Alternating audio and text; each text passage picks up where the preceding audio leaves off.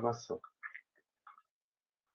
Espero que estejam aí todos bem, né, na medida do possível. A gente estava avançando aí para o último mês de aula antes do recesso. Então, aqui é só naquele nosso cronograma, todo começo de aula eu dou uma relembrada, né, onde é que a gente está. Então, a gente passou lá pela apresentação de disciplina, a gente teve no dia 4 uma discussão sobre o nosso recorte, né, aquele seminário que teve com um conjunto de dados e informações sobre o norte da ilha. Semana passada a gente teve o assessoramento, então um pouco para discutir a carta manifesto, os problemas estruturantes que os grupos estão identificando para o norte da ilha e também sugerir, né, depois do assessoramento para vocês desenvolverem daí as diretrizes, né, como fazer o enfrentamento desses problemas estruturantes. E agora a gente vai começar a instrumentalizar um pouco a discussão, né, assim, a análise do lugar com um pouco de ferramentas mais propositivas, né? Então, a gente está passando de uma etapa analítica, né, assim, aproximativa de alguns problemas, né, e a ideia agora é a gente começar a trazer algumas ferramentas assim um pouco mais consolidadas de intervenção, na realidade, não porque elas sejam as únicas, não porque elas sejam suficientes, mas é uma forma de vocês já começarem a fazer alguns enfrentamentos de alguns problemas que vocês foram desenvolvendo, na medida que a gente vai desenvolvendo as propostas também, como a gente comentou no assessoramento, né? Vão ter que complementar um pouco esse conjunto de estratégias com algumas outras informações, né? De acordo com o que os grupos vão desenvolvendo como reflexão. Tá? Então, a gente está trabalhando um pouco com essas camadas, né? Acumulamos uma ideia de quais são os princípios e valores que orientam a nossa reflexão sobre o território, quais são os problemas estruturantes, estamos desenvolvendo as diretrizes e vamos agora começar um pouco a parte mais de instrumentalização da discussão e da intervenção, tá? Então, a ideia é semana que vem aí a gente discutir, vocês saírem da aula de hoje, né, com uma tarefa que seria, né, não é aquela tarefa de entrega, né, mas a tarefa de desenvolver uma reflexão no grupo sobre o macrozonamento. Então, vocês rabiscarem uma ideia de macrozonamento já um pouco como enfrentamento dos problemas das diretrizes que vocês estão encaminhando. E semana que vem a gente conversa sobre esse pacote de elementos, dar uma refinada nos problemas, dar uma refinada nas diretrizes, para ver se aquelas diretrizes são as suficientes para dar conta daqueles problemas elencados. Depois a gente vai discutir um pouco o macrozonamento. Sempre lembrando aquela discussão que a gente colocou também de que o que a gente está fazendo aqui é uma simulação, de uma análise do território a partir de algumas inferências, a partir de algumas aproximações, e que a realidade fora do ateliê, né, aqui da universidade, ela tem um grau de complexidade maior, de atores, né, de interesses, de conflitos. A gente não tem muito como simular aqui, né? O que a gente está tentando é fazer essa reflexão trazendo as problemáticas para dentro do ateliê, mas sempre num horizonte controlado, né?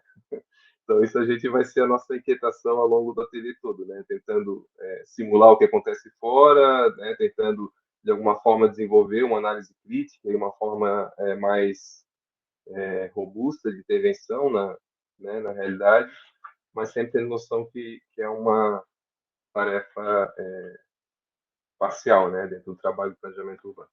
Então, esse aqui é o cronograma, e agora eu vou passar para a apresentação. Essa apresentação já está lá no Moodle, eu fiz alteração só de 2, 3 slides para trazer um pouco o contexto do norte da ilha. E a ideia é essa, né, pessoal? A gente está saindo de uma parte analítica para uma parte propositiva, em princípio, né, a partir de agora do ateliê. A gente vai, com certeza, ficar um pouco inseguro em relação aos problemas que a gente destacou, se aqueles são os mais relevantes, não são os mais relevantes, se eles são passíveis, né, de serem enfrentados pelo planejamento urbano, pelo plano diretor, que é a ferramenta que a gente vai desenvolver aqui.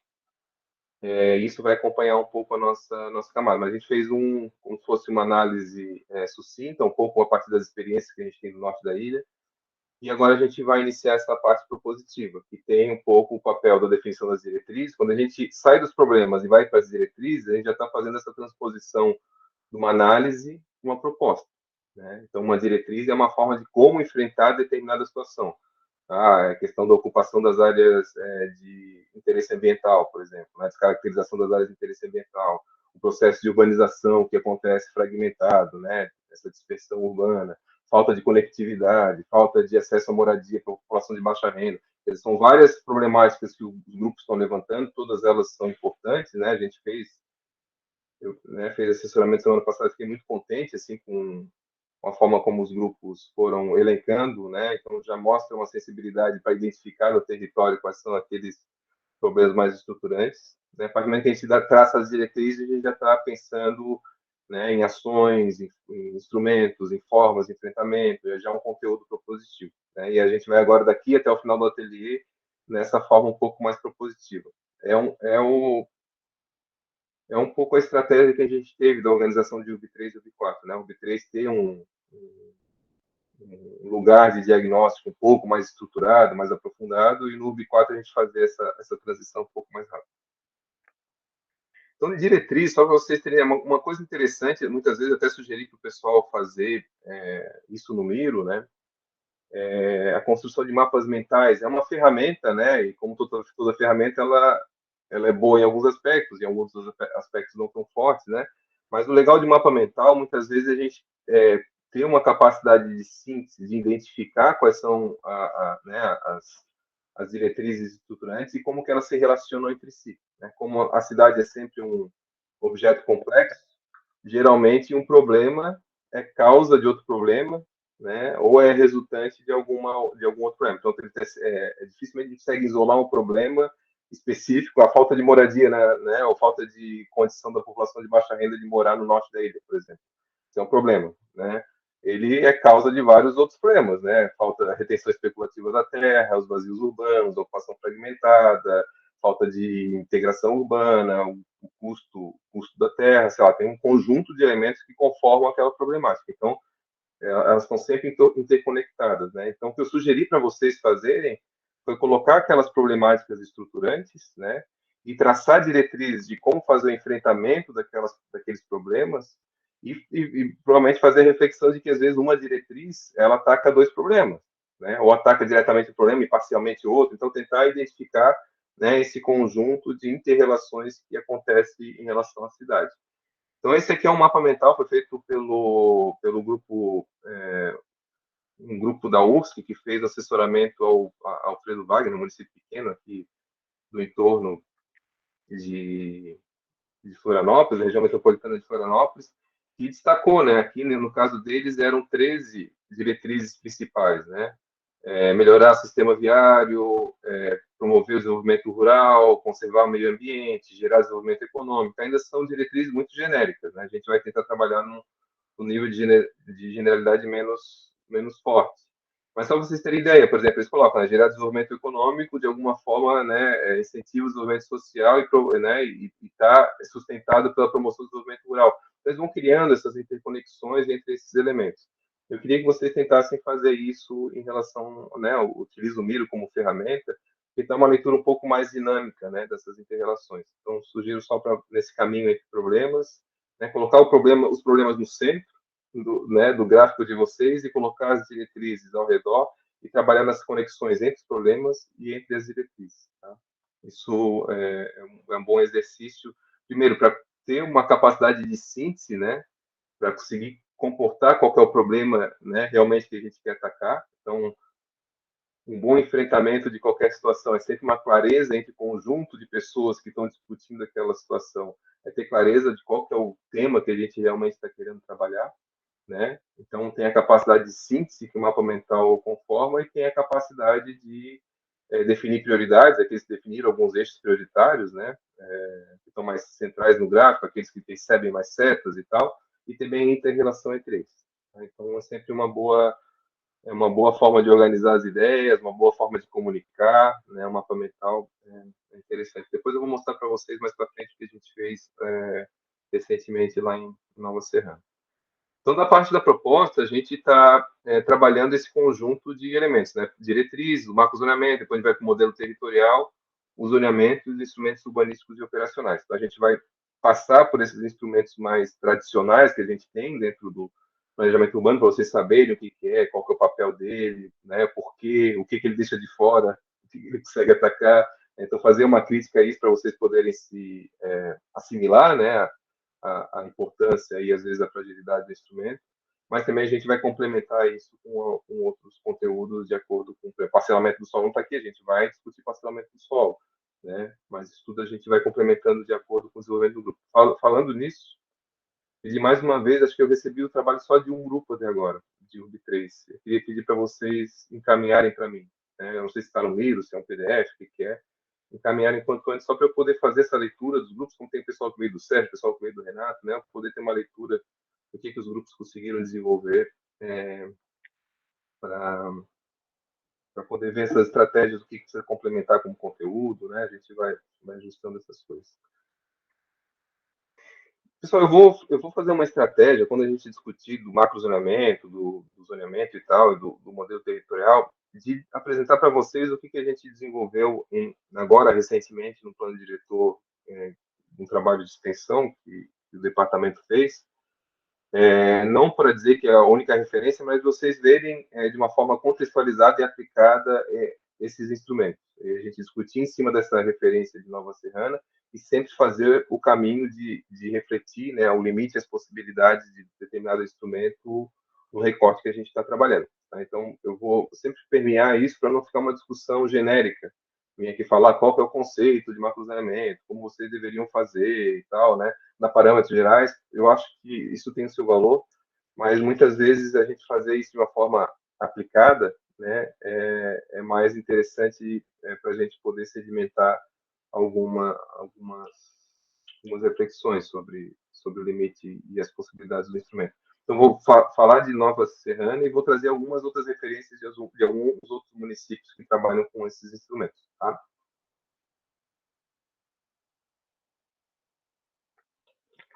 Fiquem bem tranquilos, né, pessoal, de perguntar, parar, a pessoa não entende isso, né? Não é um monólogo aqui. Se vocês quiserem se sentirem confortáveis para participar, fiquem bem tranquilos. Então, só contextualizando um pouco Nova Serrana. Nova Serrana é um município que está aí a 120 quilômetros de Belo Horizonte, então, né, a terceira maior metrópole brasileira. Então, está num raio de influência, né, no espaço regional né, desse grande fenômeno, que é uma região metropolitana da característica de Belo Horizonte, e muito próxima a 30 quilômetros de Divinópolis, que é um polo regional. Então, um polo de atração regional. São duas cidades, né? Então, meio que Nova Serrana gravita, né, ao redor de Divinópolis e ao redor de Belo Horizonte. Mais diferente de Belo Horizonte, que tem uma dinâmica de expansão urbana, de conurbação, de metropolização, né, que vai abraçando vários municípios, conformando uma grande estrutura urbana.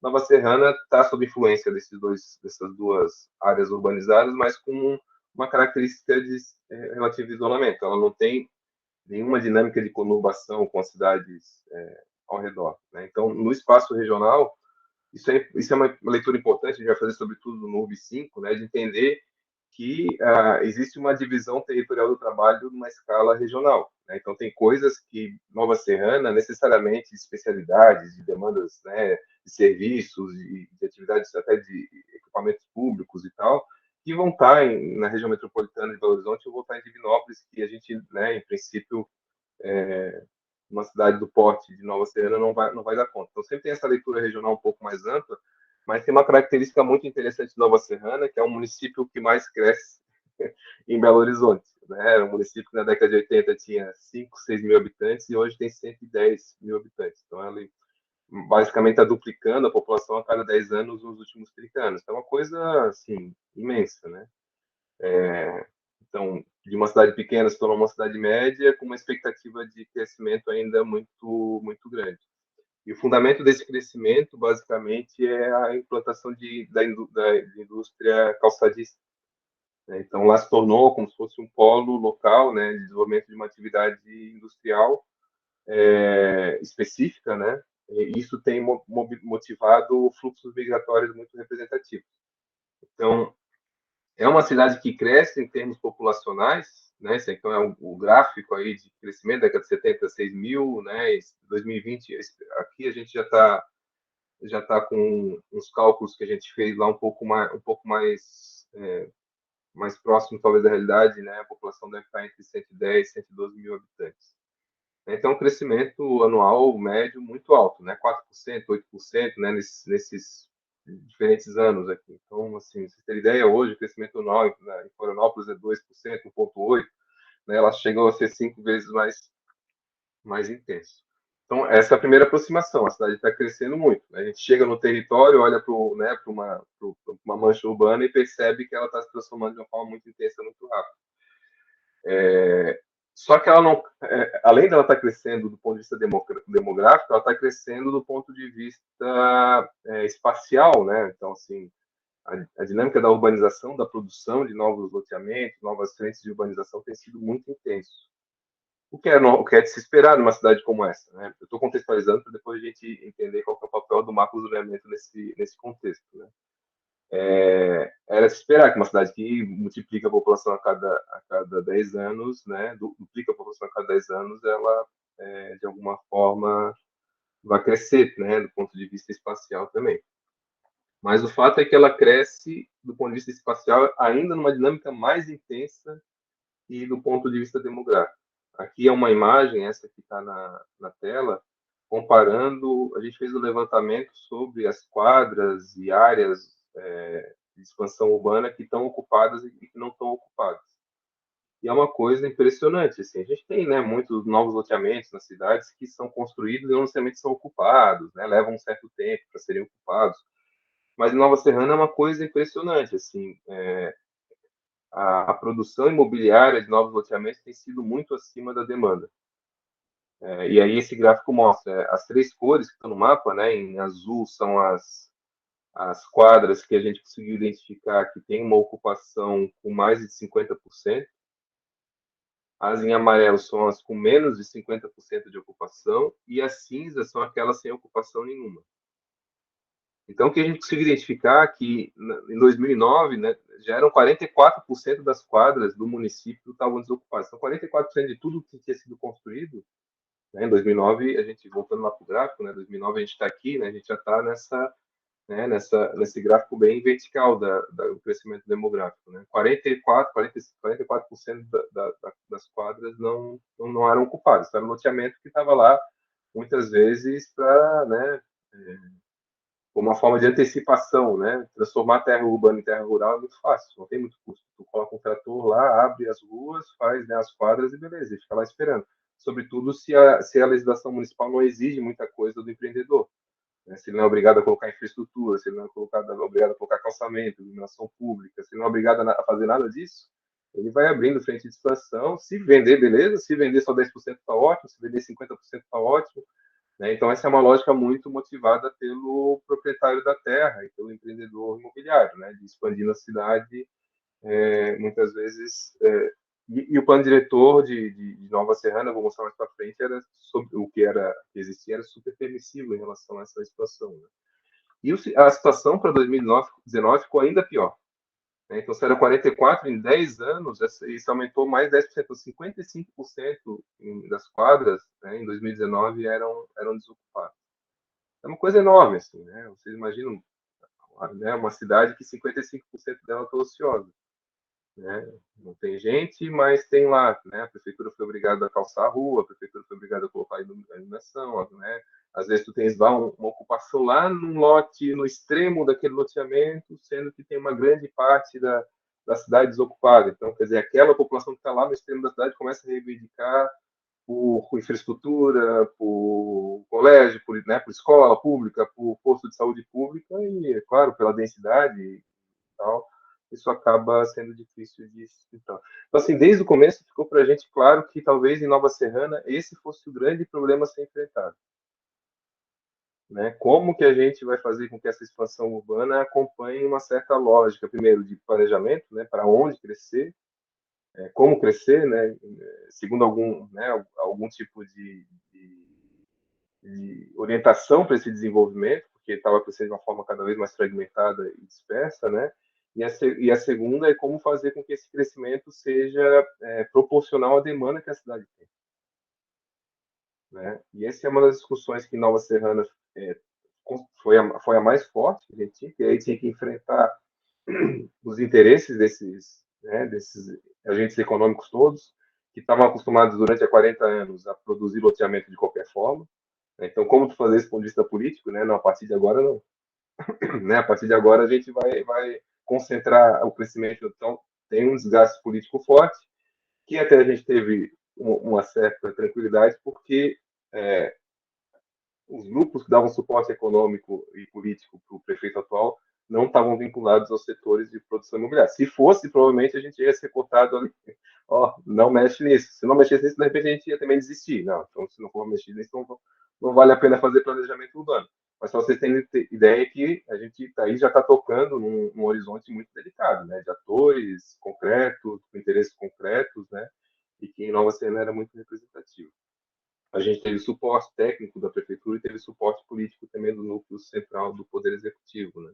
Vamos ver como é que vai ser na Câmara de Vereadores agora, é outra história, né? Então essa foi, né, logo apareceu como sendo a primeira, o grande tema, assim. E aí outro aspecto relevante de Nova Serrana é que ela vai crescendo e vai, de alguma forma, os novos loteamentos que vão sendo produzidos, eles vão criando vários vazios urbanos, alguns deles muito representativos, né? A gente pega, por exemplo, esses loteamentos, a cidade está crescendo muito nessa direção, né? Aqui a BR-262, é uma via duplicada, uma rodovia duplicada que liga Belo Horizonte ao Triângulo Mineiro, né? Então, o Triângulo Mineiro está um pouco mais a oeste ali, e é uma área economicamente muito ativa, né? Por conta da produção de minérios e tal, né? Então, aí é um canal de escoamento muito representativo. E por aqui, né, por esse lado aqui, a ligação com Divinópolis, que está um pouco mais ao sul, e com Belo Horizonte, que está mais a leste. Então, a cidade, se vocês forem ver, ela cresce no certo momento, mas agora ela está tomando um pouco essa forma de expansão ao longo desse eixo da BR-262. Né? E ela vai sendo produzida industrialmente, vai criando esses vazios urbanos. Né? E uma grande questão é como ocupar esses vazios, como incentivar a ocupação desses vazios urbanos e como fazer com que a ocupação desses vazios, de alguma forma, viabilize uma integração dessa cidade. Né? Porque esses vazios urbanos aqui foram ocupados, né, com um fragmento de cidade, né, vai fazer com que essas novas áreas aqui não consigam se integrar, né, ao tecido urbano. Então aqui ela é relativamente integrada, né, nesse coração aqui da cidade, onde ela cresceu, mas essas novas áreas de crescimento elas estão sendo produzidas a partir desses vazios urbanos e com uma baixíssima integração em relação à cidade. Vai ser já um segundo problema que a gente vai tacar sobretudo no modelo territorial, um pouco mais para frente.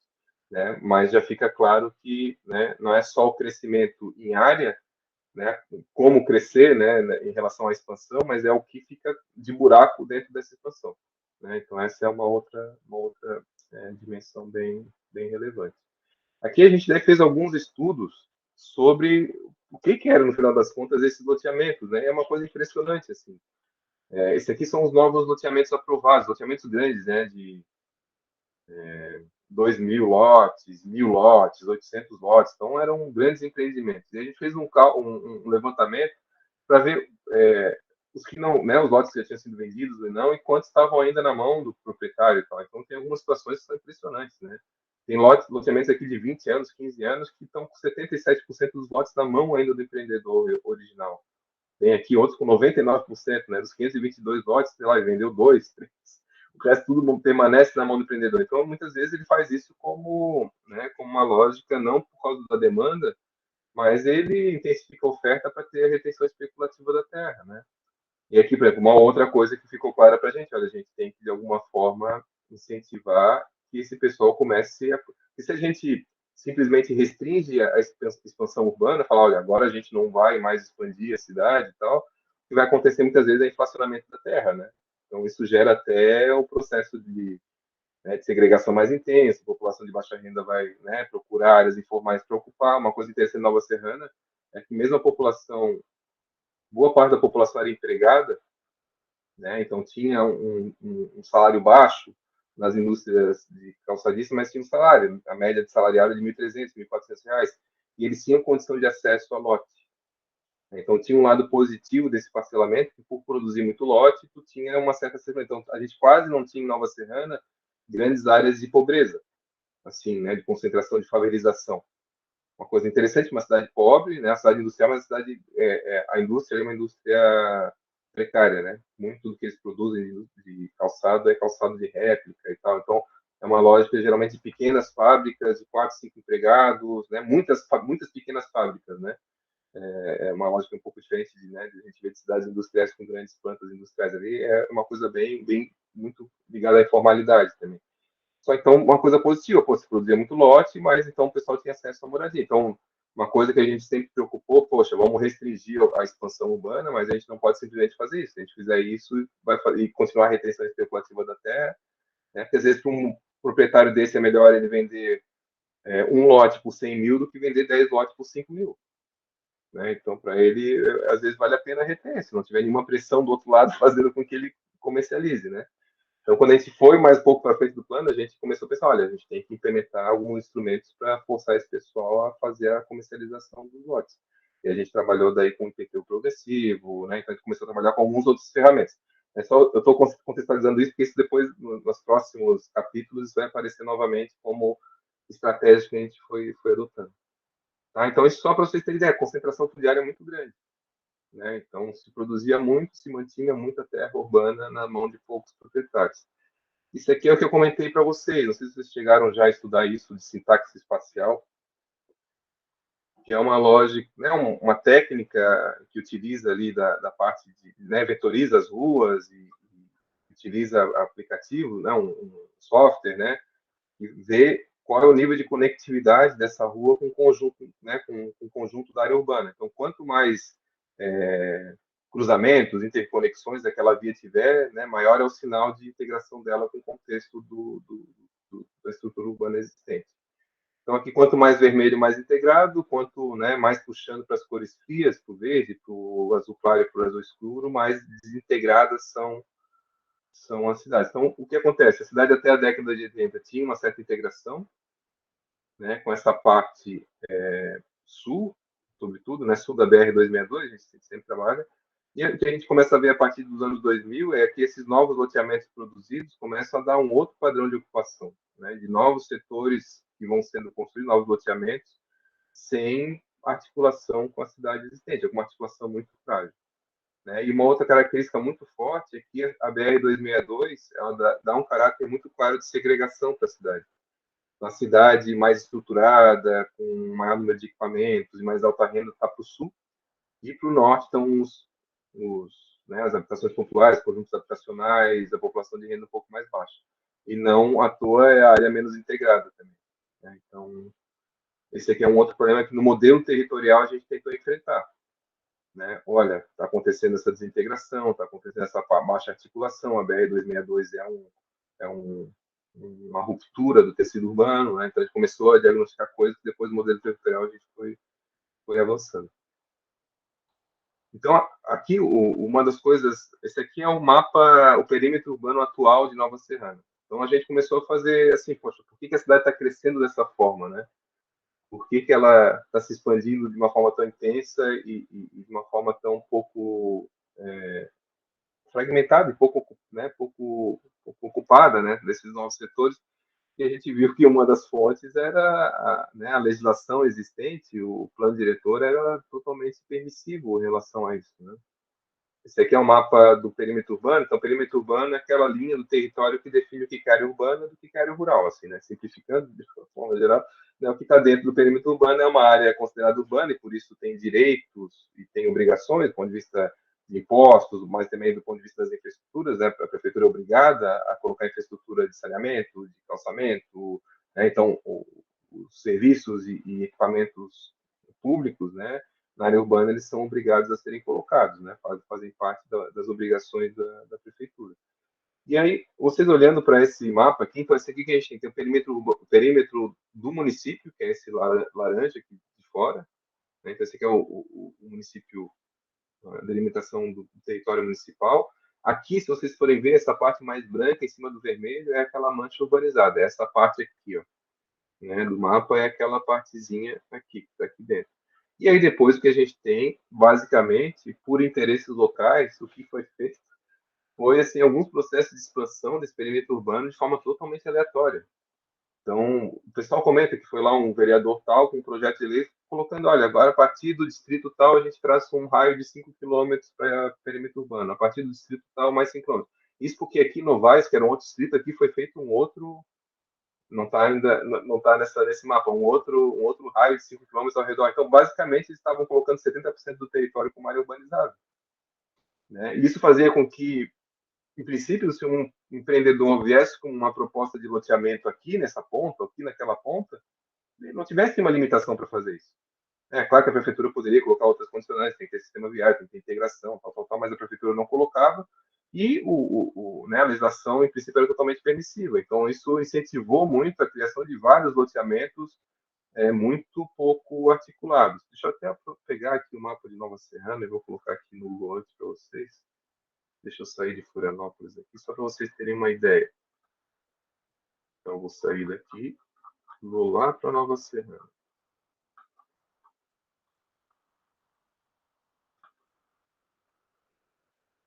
Então, essa aqui é Nova Serrana. Então, Nova Serrana tem essa área mais central, mas tem vários perímetros, vários distritos, né? Então, eram núcleos tradicionais de ocupação, né? Mais tradicional, de pequeno porte, a igrejinha, a escola, né? O que aconteceu com essa legislação que estava vigente de 2007 era que permitia loteamento de tudo que era canto e começou a aparecer esse tipo de cenário aqui, né? Ter a comunidade começar a pendurar nessas comunidades tradicionais esses grandes loteamentos aqui, né? 5 quilômetros da cidade. Lá no norte também. Né? Aqui uma pequena comunidade aqui, né? Por conta disso, começar a ter esse cenário de expansão, de loteamento, né? Em qualquer lugar, de qualquer forma. Né? Esse aqui ainda era esse aqui é um loteamento ainda que foi produzido como chácara, depois as chácaras foram parceladas, o proprietário nunca se comprometeu com infraestrutura, com calçamento. Até hoje a prefeitura na justiça para tentar obrigar o proprietário a entregar esse loteamento com algum tipo mínimo de infraestrutura. Então isso começou a aparecer em tudo que é canto do território, né? Parece até uma metástase assim, né? De loteamentos que vão aparecendo em qualquer núcleo, tal. Para o sul também tinha aqui. Então a gente vê que cada uma dessas, né? Começa a aparecer essas figuras estranhas que são basicamente resultados de um instrumento de planejamento que não planejava nada. Né?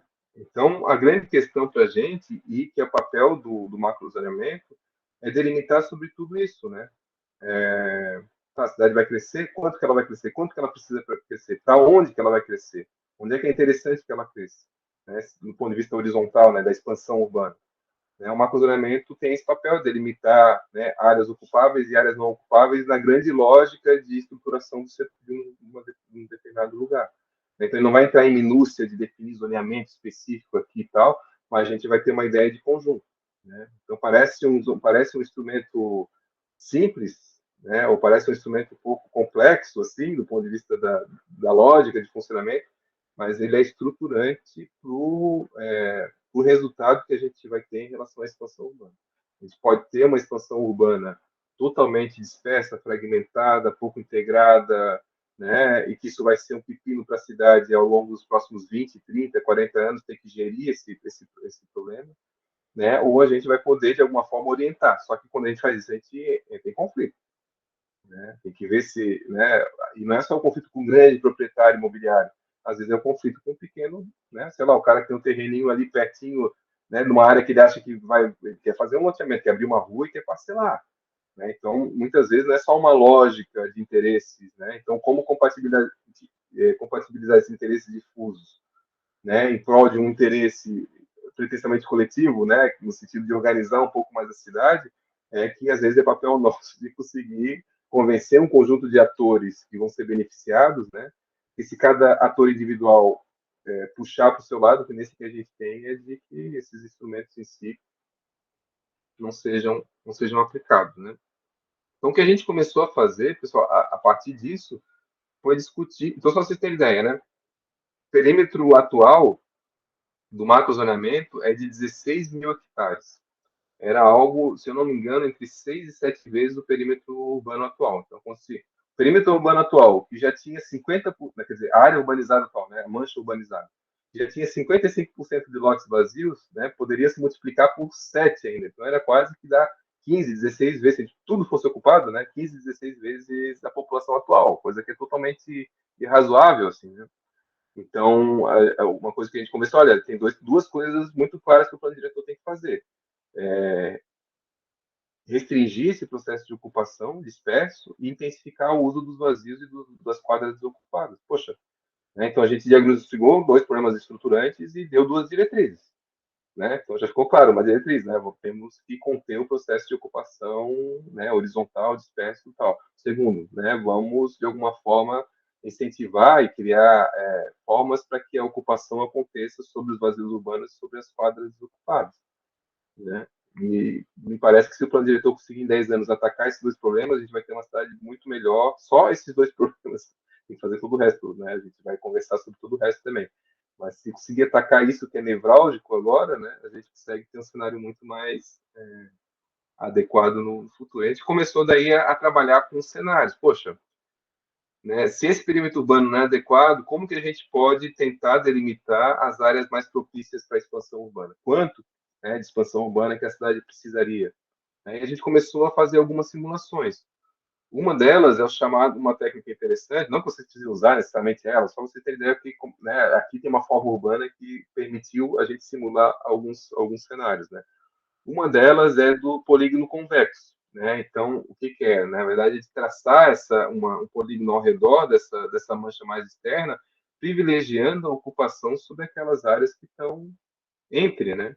Então, quer dizer, se a gente ocupar, por exemplo, essa área ou esse vazio urbano aqui, a gente tem condição, por exemplo, de criar novas conexões. E se a gente fizer isso de uma forma organizada, por exemplo, né, a gente tem condição de fazer com que aconteça uma integração um pouco mais articulada, né, e estanque um pouco essa lógica de ocupação meio tentacular, né, que é um pouco a lógica de ocupação das cidades, né, que ela vai em cima dos eixos principais de rodovias, de vias regionais, e daqui a pouco a gente tem uma grande ameba, né, de um monte de pontas da cidade, que depois acaba sendo uma ocupação muito difícil de tornar ela com uma qualidade, né, maior. Assim. Então, isso aqui foi, claro, isso aqui é uma primeira aproximação, depois teria que fazer em relação aos condicionantes ambientais, em relação à topografia, né, várias outras camadas de reflexão para ver quais eram. E aqui, por exemplo, se a gente utilizasse isso como referência, caía para 4.400 hectares de expansão urbana. Né? Então, a gente basicamente reduziria 12 mil hectares de um para outro. Isso aqui, se a gente ocupasse todas essas áreas aqui, a gente ainda significaria duplicar a mancha urbana atual. Né? Então, só ocupando essas áreas né, periféricas, assim, né? Consideradas periféricas, mas se a gente vê, elas se configuram quase como vazios urbanos, né? A gente tem uma mancha urbanizada ao redor, né, e uma área que hoje funciona como limite da ocupação, mas que poderia ser um elemento de articulação desses fragmentos de cidade. Né? O outro cenário que a gente simulou, né, além do polígono convexo, foi de fazer um buffer. Né? Então, buffer significa, no AutoCAD, que trabalha com AutoCAD, offset, né? Aquela coisa que tu cria, né, uma borda a partir daquele polígono. Né? Então, aqui a gente fez um offset de 1 km. Né? Também na lógica, pô, se a gente for ocupar, vamos tentar ocupar as áreas mais próximas do setor urbanizado, né? Aquelas que têm maior potencial de integração. Né? Então, tem uma lógica por trás do buffer, né? Não significa simplesmente, né, brincar de linha e tal, né? Mas é uma lógica de ocupar, sobretudo, as áreas mais próximas. E aqui, né, ainda um crescimento um pouco acima, né, da mancha urbana, da área de expansão um pouco acima daquela delimitada anteriormente. Fizemos também do buffer de 2 quilômetros, a mesma lógica, e depois a gente começou a fazer alguns cálculos em cima disso. Né? Qual que é o território atual, qual que é a população atual, qual que é a densidade atual, e aí eu vou mostrar aqui nessa tabela, tentar explicar, mas não vou, ela é muito cheia de números, né? Então, o que a gente fez aqui, por exemplo? Isso aqui é a situação do território municipal, pensando, se a gente pegar o território municipal inteiro, aquele polígono laranja lá no começo, né? Que é esse aqui, né? Se a gente pegar o território municipal inteiro, que tem área de 284 quilômetros quadrados, que dá 28.400 hectares. Tirando aí, a gente sempre calcula uma área líquida, né? Tirando o sistema viário, tirando a área de proteção, a gente faz geralmente um cálculo aproximativo, tirando 35% da área total como área líquida. É uma aproximação só para a gente ter como referência. Né? Se a gente utilizasse todo o território com uma densidade de 50 habitantes por hectare, se a gente utilizasse todo o território com uma população de 100 habitantes por hectare e tal, qual seria a população que comportaria aquele território? É claro, tudo é sempre simulação, a gente vai criando a simulação do pior cenário para sempre assustar, né? Ou seja, quase todo o território atual, com 100 habitantes por hectare, pessoal, é uma densidade, né? Se vocês pegarem aqui que é 100 habitantes por hectare, é uma tipologia, né? Um lote aí de 150 metros quadrados, uma casinha, né? No lote de 150 metros quadrados, já se aproxima dessa densidade. Tá? Então, não é nenhuma densidade absurda. Né? Se a gente começar a verticalizar, começar a colocar prédios, essa densidade estoura, né? Então, é claro, a gente não vai ter nunca uma homogeneidade, todo o território com a mesma densidade. A gente faz isso só como modelos de aproximação, né? Como formas de cálculo demográfico. Se a gente pegasse o perímetro urbano atual, né, que era de 16 mil hectares, é esse aqui, né? O perímetro urbano atual é esse aqui, né? Se a gente pegasse aquele perímetro urbano atual, colocasse, né, tirasse a área líquida, tal, 35%, né, ficava 65% líquida, né? Colocasse densidade, a gente começou a colocar isso, pessoal, a gente tiver uma densidade de uma casinha, né, a gente tem aqui população, né, esse perímetro permitiria uma população de 978 mil habitantes, que é 9 vezes a população atual. A gente mostrava, esse pessoal já ficava de olho aberto, né? Poxa, então realmente está demais. Eles não têm muita noção, geralmente, não só os técnicos, né, alguns técnicos, mas sobretudo a população em geral, a gente mostrou isso para a Câmara de Vereadores, poxa, isso não dá para continuar. Então é uma forma, muitas vezes, de trazer dados para assustar e para, não para assustar, né, mas para dar noção do que significa o impacto territorial de determinadas escolhas, né? Então, a gente mostrou esses dados em relação à situação atual do território municipal do perímetro e em relação ao que já estava ocupado. Por exemplo, a gente tinha área urbana consolidada, a gente separou em duas zonas, né? Área urbana consolidada e área urbana em consolidação. Só para a gente, porque sem consolidação era aquela onde estavam os vazios urbanos, aquelas quadras não ocupadas e tal, né? Se a gente utilizasse só o que já está ocupado, né? O que já está de alguma forma urbanizado, e colocasse lá uma densidade de 100 habitantes por hectare, né, a gente já poderia duplicar a população atual. Por isso a gente falou, olha, pessoal, a gente não precisa fazer nenhum novo loteamento. A gente colocar uma casinha num lote de 125 metros quadrados, que a gente já tem de cidade, a gente consegue duplicar a população. Pessoal, interessante isso, né? Então, isso já era uma forma também de convencer de, olha, uma das coisas é a gente começar a incentivar a ocupação desses vazios, dessas áreas subocupadas. Mas a gente sabia que isso não é suficiente, né? Não adianta a gente querer fazer, como é que é, cavalo de pau e transatlântico, vamos mudar totalmente agora, ninguém mais ocupa, ninguém mais expande nenhuma área e vamos só ocupar a área já urbanizada.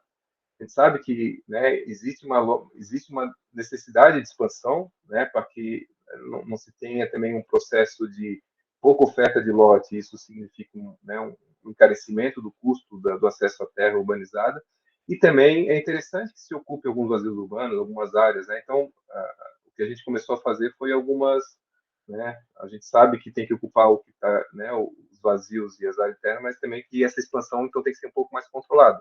Então, o fato de ter criado esse cálculo aproximativo inicial foi uma estratégia de convencimento de que a gente teria que ter uma estratégia também de expansão urbana muito mais controlada, né? E aí a gente foi colocando esse cenário. Então, o que a gente fez aqui, né? Foram esses 5 cenários diferentes. Se a gente, por exemplo, a área de expansão aqui em relação ao critério da área de expansão, então tirando essa mancha laranja, essa mancha cinza, né, definir para onde que a gente vai se expandir, né, a gente poderia ter 5 critérios de novas áreas, né? Se a gente simplesmente dobrar a área urbanizada, então simplesmente dobrar essa área cinza, né? Se a gente dobrar a área laranja, então se a gente tiver como área de expansão o dobro da área laranja, se a gente tiver o polígono convexo, que é aquele primeiro modelo que a gente tem aqui, se a gente tem o buffer de 1 km, que é esse, e o buffer de 2 km, e começou a fazer alguns cálculos assim, aproximativos, né? O que significaria com densidade tal, com densidade tal, com densidade tal, e o perímetro urbano total, né? E aí, isso aqui é interessante porque ia desde uma população, né, de população nova, né, gente? 62.400 habitantes até 500, isso com a densidade mais baixa, né? Então a gente começou a mostrar isso para eles e mostrando também de tipologias, né? Se for uma casa unifamiliar de terreno pequeno, de 200 a 300 metros quadrados, é 125 habitantes por hectare. Então a gente foi falando isso para eles. Se for um prédio de 4 andares, com 2 apartamentos por andar, em terrenos médios, é 500 habitantes por hectare. Então, se a gente utilizasse aqui 300 habitantes por hectare, isso não está nem próximo dessa densidade intermediária, que são de prédiozinhos de 4 andares, né? Então, a gente começou a fazer essa simulação com eles. E aí a gente chegou nessa proposta, que não é nenhuma uma daquelas que a gente colocou anteriormente, ela era mais restritiva. A gente falou, olha, provavelmente a cidade, a grande tarefa nossa é ocupar os vazios urbanos a gente convenceu, né, para eles que era ocupar os vazios urbanos e as quadras não utilizadas, e que talvez a única necessidade que a gente tivesse de expansão da cidade, né, fosse de... Essa aí foi a nossa proposta inicial. A gente fez um pouco mais restrita para negociar um pouco mais flexível. Então, isso é outra estratégia também, é sempre uma... Isso aí isso a gente vai aprendendo na lida, assim, né, de que se a gente já mostra, né, de uma forma, eles sempre vão querer negociar uma flexibilidade. A gente sabia, e é justo, é legítimo que eles coloquem isso em algum sentido, né? Então a gente sabia, a gente colocou um pouco mais restrito, já tendo alguns horizontes de expansão que poderiam ser feitos, né, em relação a isso. Então, se vocês forem ver o que a gente sugeriu, basicamente, os núcleos isolados, núcleos urbanos isolados já existentes, a gente delimitou basicamente é o perímetro atual existente. Então, a ideia é de que esses núcleos não sejam mais passíveis de novos loteamentos. Então, se tiver novo loteamento que não aconteça, pendurado nesses núcleos, né, que não tem cidade, que não tem integração com a área urbana. E a gente delimitou como zonas de expansão essas duas manchas cinzas. Então, são as zonas de expansão urbana. Então, a gente criou um macro zoneamento e ele delimita também o perímetro urbano, né? Então, foram 5 macrozonas que a gente estabeleceu. E aí que entra uma coisa importante da discussão do macrozoneamento. Eles não precisam ser esses 5 em todos os lugares. Depois eu vou mostrar que em algumas outras cidades a lógica de macrozoneamento é um pouco diferente, porque os problemas encontrados eram um pouco diferentes no lugar, né? Mas aqui, por exemplo, que a gente estabeleceu com o macrozoneamento foi a ideia de grandes unidades de planejamento. Né? E o macrozoneamento faz isso, né? Além de delimitar o que é urbanizável, o que não é urbanizável, e aonde é que a gente vai expandir, onde é que vai acontecer a nova cidade daqui para frente, ele estabelece também alguns critérios. Então, a gente estabeleceu 5 macrozonas, a macrozona urbana consolidada, essa vermelha, que é aquela macrozona onde boa parte já está ocupada, já está densificada, tem muito pouca margem de manobra, né? Então tem que qualificar sem mexer muito a estrutura que existe. Né? Tem pouco espaço para novos equipamentos públicos, então ali tem um trabalho um pouco mais cuidadoso de como qualificar aquele setor. Né? A gente tem a macrozona de expansão, em consolidação, que a gente chamou, desculpa, em consolidação, que é esse amarelo aqui, que aí tem a ver com aquela macrozona que já foi parcelada, mas que está muito pouco ocupada. Então tem bastante margem de manobra, né, para pensar em novas conectividades, para pensar a forma de uso e ocupação, onde é que vai se densificar, onde é que não vai se densificar, de que forma vai se densificar, onde colocar os equipamentos públicos, né, porque tem muita cidade para ser construída ali ainda. Né? Então a gente separou essas duas, né, nesse sentido. Poderia ter criado uma única macrozona urbana, poderia ter criado. A gente acredita que essa separação entre a consolidada e consolidação é justificável, porque depois a gente pode ter diretrizes específicas para cada uma dessas macrozonas. Tá?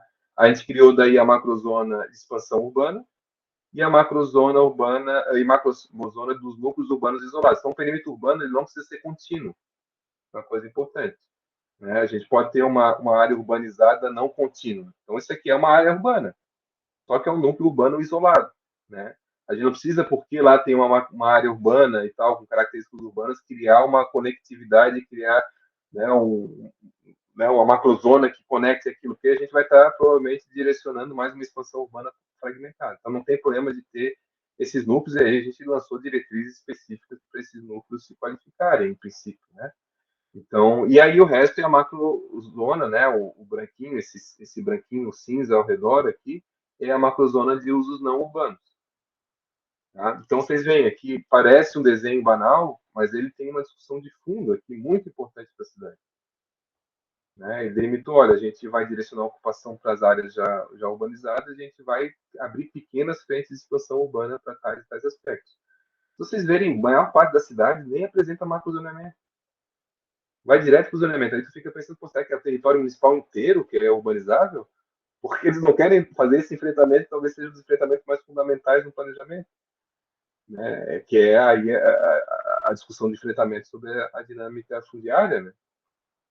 E se a gente não fizer esse enfrentamento no plano diretor, a gente está fazendo provavelmente um planejamento muito frágil. Né? A gente está fazendo, às vezes, zoneamento, definindo densidades e tal, mas muitas das coisas não vão estar acontecendo onde a gente quer, vai estar acontecendo naquelas periferias que a gente não está nem se preocupando em desenhar ainda, porque tudo é urbanizável. E aí acaba que daqui a 10 anos a gente não conseguiu focar onde o zoneamento estava, e a cidade é outra, totalmente diferente, porque a gente não se preocupou com essas periferias, com essas bordas de como a cidade vai crescer, né? Então, a sugestão para a gente nessa primeira etapa é olhar para o norte da ilha e tentar verificar quais são esses, né, como é que essa dinâmica de expansão para o norte da ilha e quais são as áreas realmente necessárias para a expansão, né? Porque e claro, tem as condições ambientais aqui, por exemplo, tem macrozoneamento, eu vou mostrar para vocês um pouco mais para frente, que coloca uma macrozona ambiental muito forte, muito clara, assim, porque ela é um elemento estruturador e tal. Aqui em Nova Serrana, tinha uma característica importante do território, por exemplo, que é um território muito homogêneo, do ponto de vista da conformação. Se vocês forem para Minas Gerais, né, tem um cerrado e tal, e ele a lógica é muito de uma topografia ondulada, né? E ela não tem nem grandes elevações, né, nem grandes vales, assim. E aqui era muito disso, a gente não tinha né, como tem no Florianópolis, por exemplo, um grande maciço que coloca uma condicionante ambiental muito relevante, né, ou uma grande bacia hidrográfica, uma área inundável. Né, a gente não tinha aqui esse elemento ambiental tão forte. A gente depois teve que encontrar outras estratégias para a parte ambiental, mas o território não sustentava uma macrozona ambiental aqui, não tinha como delimitar uma macrozona ambiental, por exemplo. Mas em vários municípios isso às vezes, a primeira macrozona que é colocada, que é a macrozona que a gente não quer ocupar, que a gente quer qualificar como lista ambiental, vai ser uma área que a gente vai se preocupar, né, em como ela se integra, como, né, os biomas e sabe? Então tem uma outra lógica que em Nova Serrana não aparecia. Então vocês vão ver, aqui dá para ver, né, muita área ainda de vegetação, né, existente, mas ela é muito fragmentada. Então a gente lá num mapa de condições ambientais, a gente estabeleceu um critério de demarcação de polígonos para essas áreas para fazer a proteção, né? Todas aquelas que foram consideradas acima de tantas áreas eram áreas de vegetação representativa.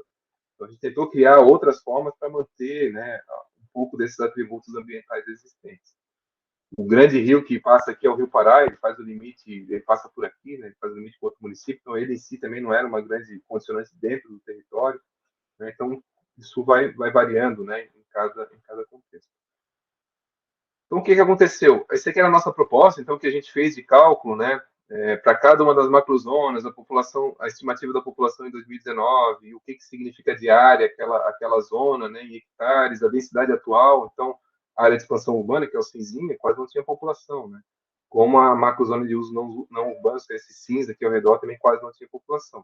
Então, o que a gente fez? Se na macrozona não urbana consolidada, em vermelho, a gente colocar 100 habitantes por hectare, que é uma densidade baixa, se a gente for pegar vários setores lá, já tem acima disso, né? Mas uma densidade média, né, de 100 habitantes por hectare. Se na macrozona urbana de expansão, que é o amarelo, que hoje basicamente é não ocupada, a gente colocar 75 habitantes por hectare, e se na macrozona de expansão, essas duas, a gente colocar ainda uma densidade um pouco mais baixa, né, pensando que ela ainda vai se estruturar, ela vai se ocupar aos poucos, tal, né, de 40 habitantes por hectare, a gente já teria uma população para 2030, né, a gente já colocou o cenário de 15 anos para o plano diretor, então era 2035, né, de 2,5 vezes a população atual.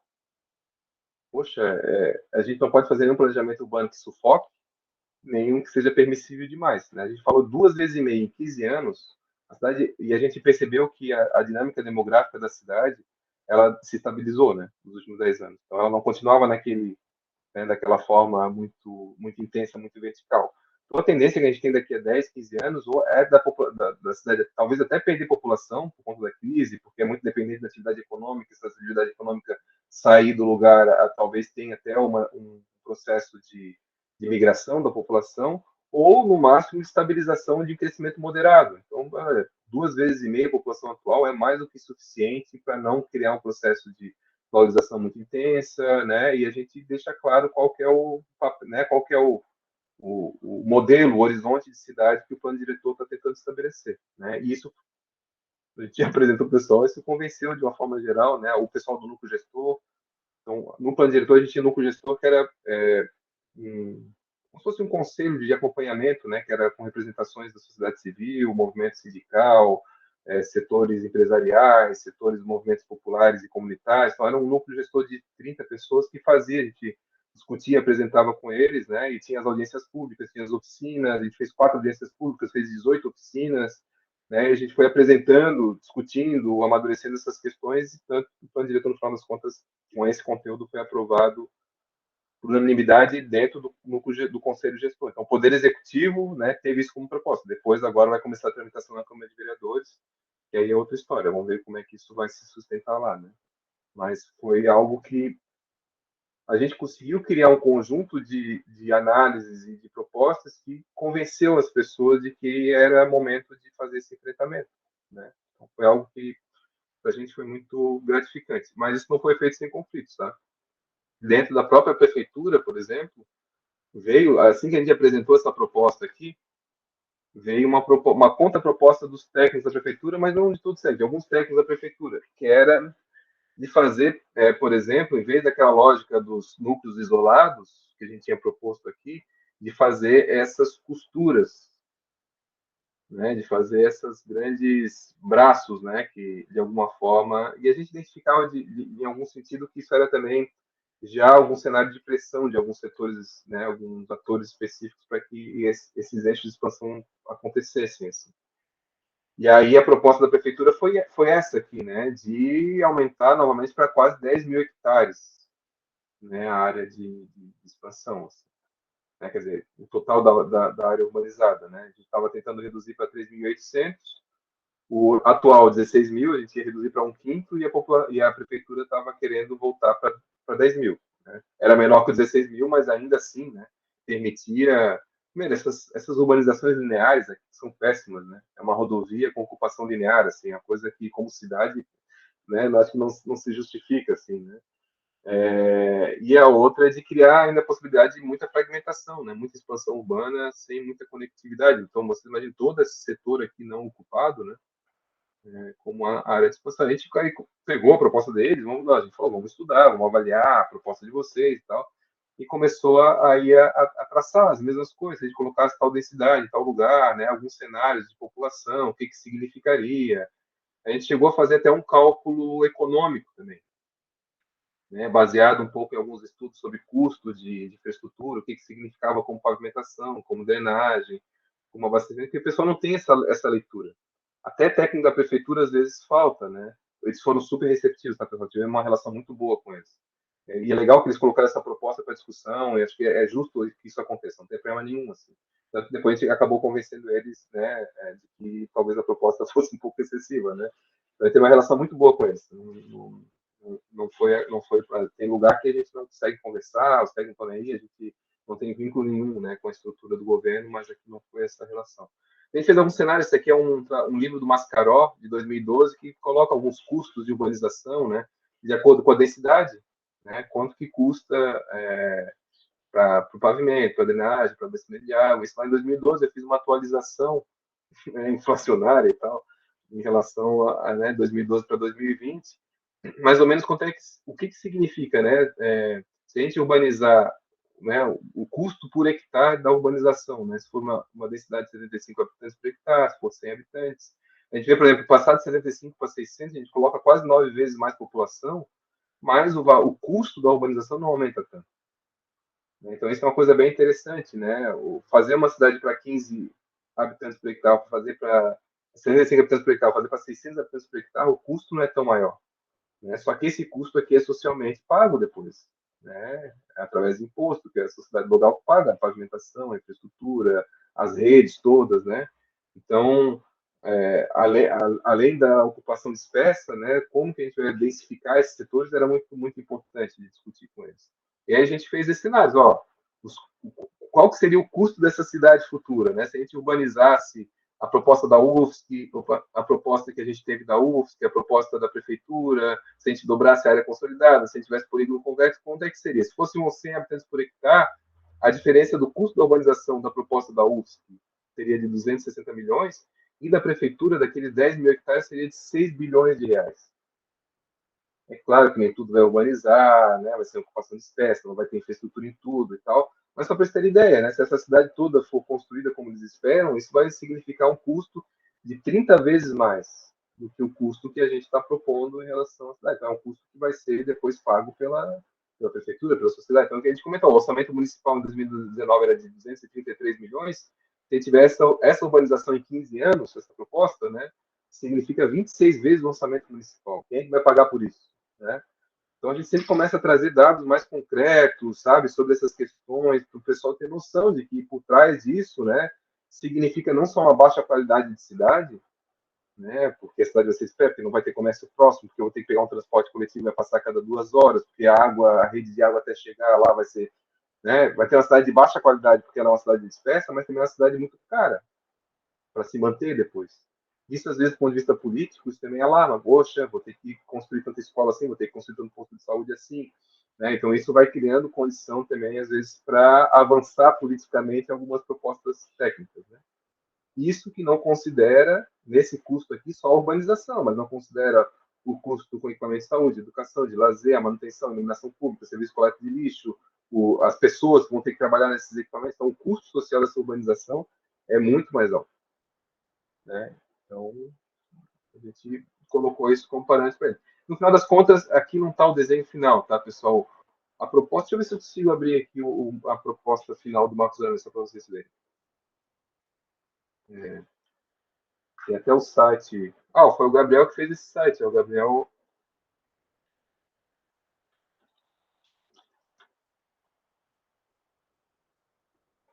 A gente fez o site do projeto que está todo o material aqui, biblioteca, todo o histórico da participação, as reuniões, né? E tem aqui o mapeamento, os produtos todos que a gente fez. Ó, os mapas temáticos. Onde é que está o mapa? Mapa das cidades.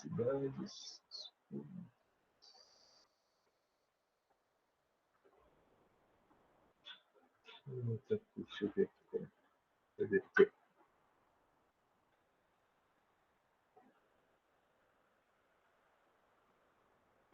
Produtos. Consolidação. Entra aqui, anexo, mapa zoneamento.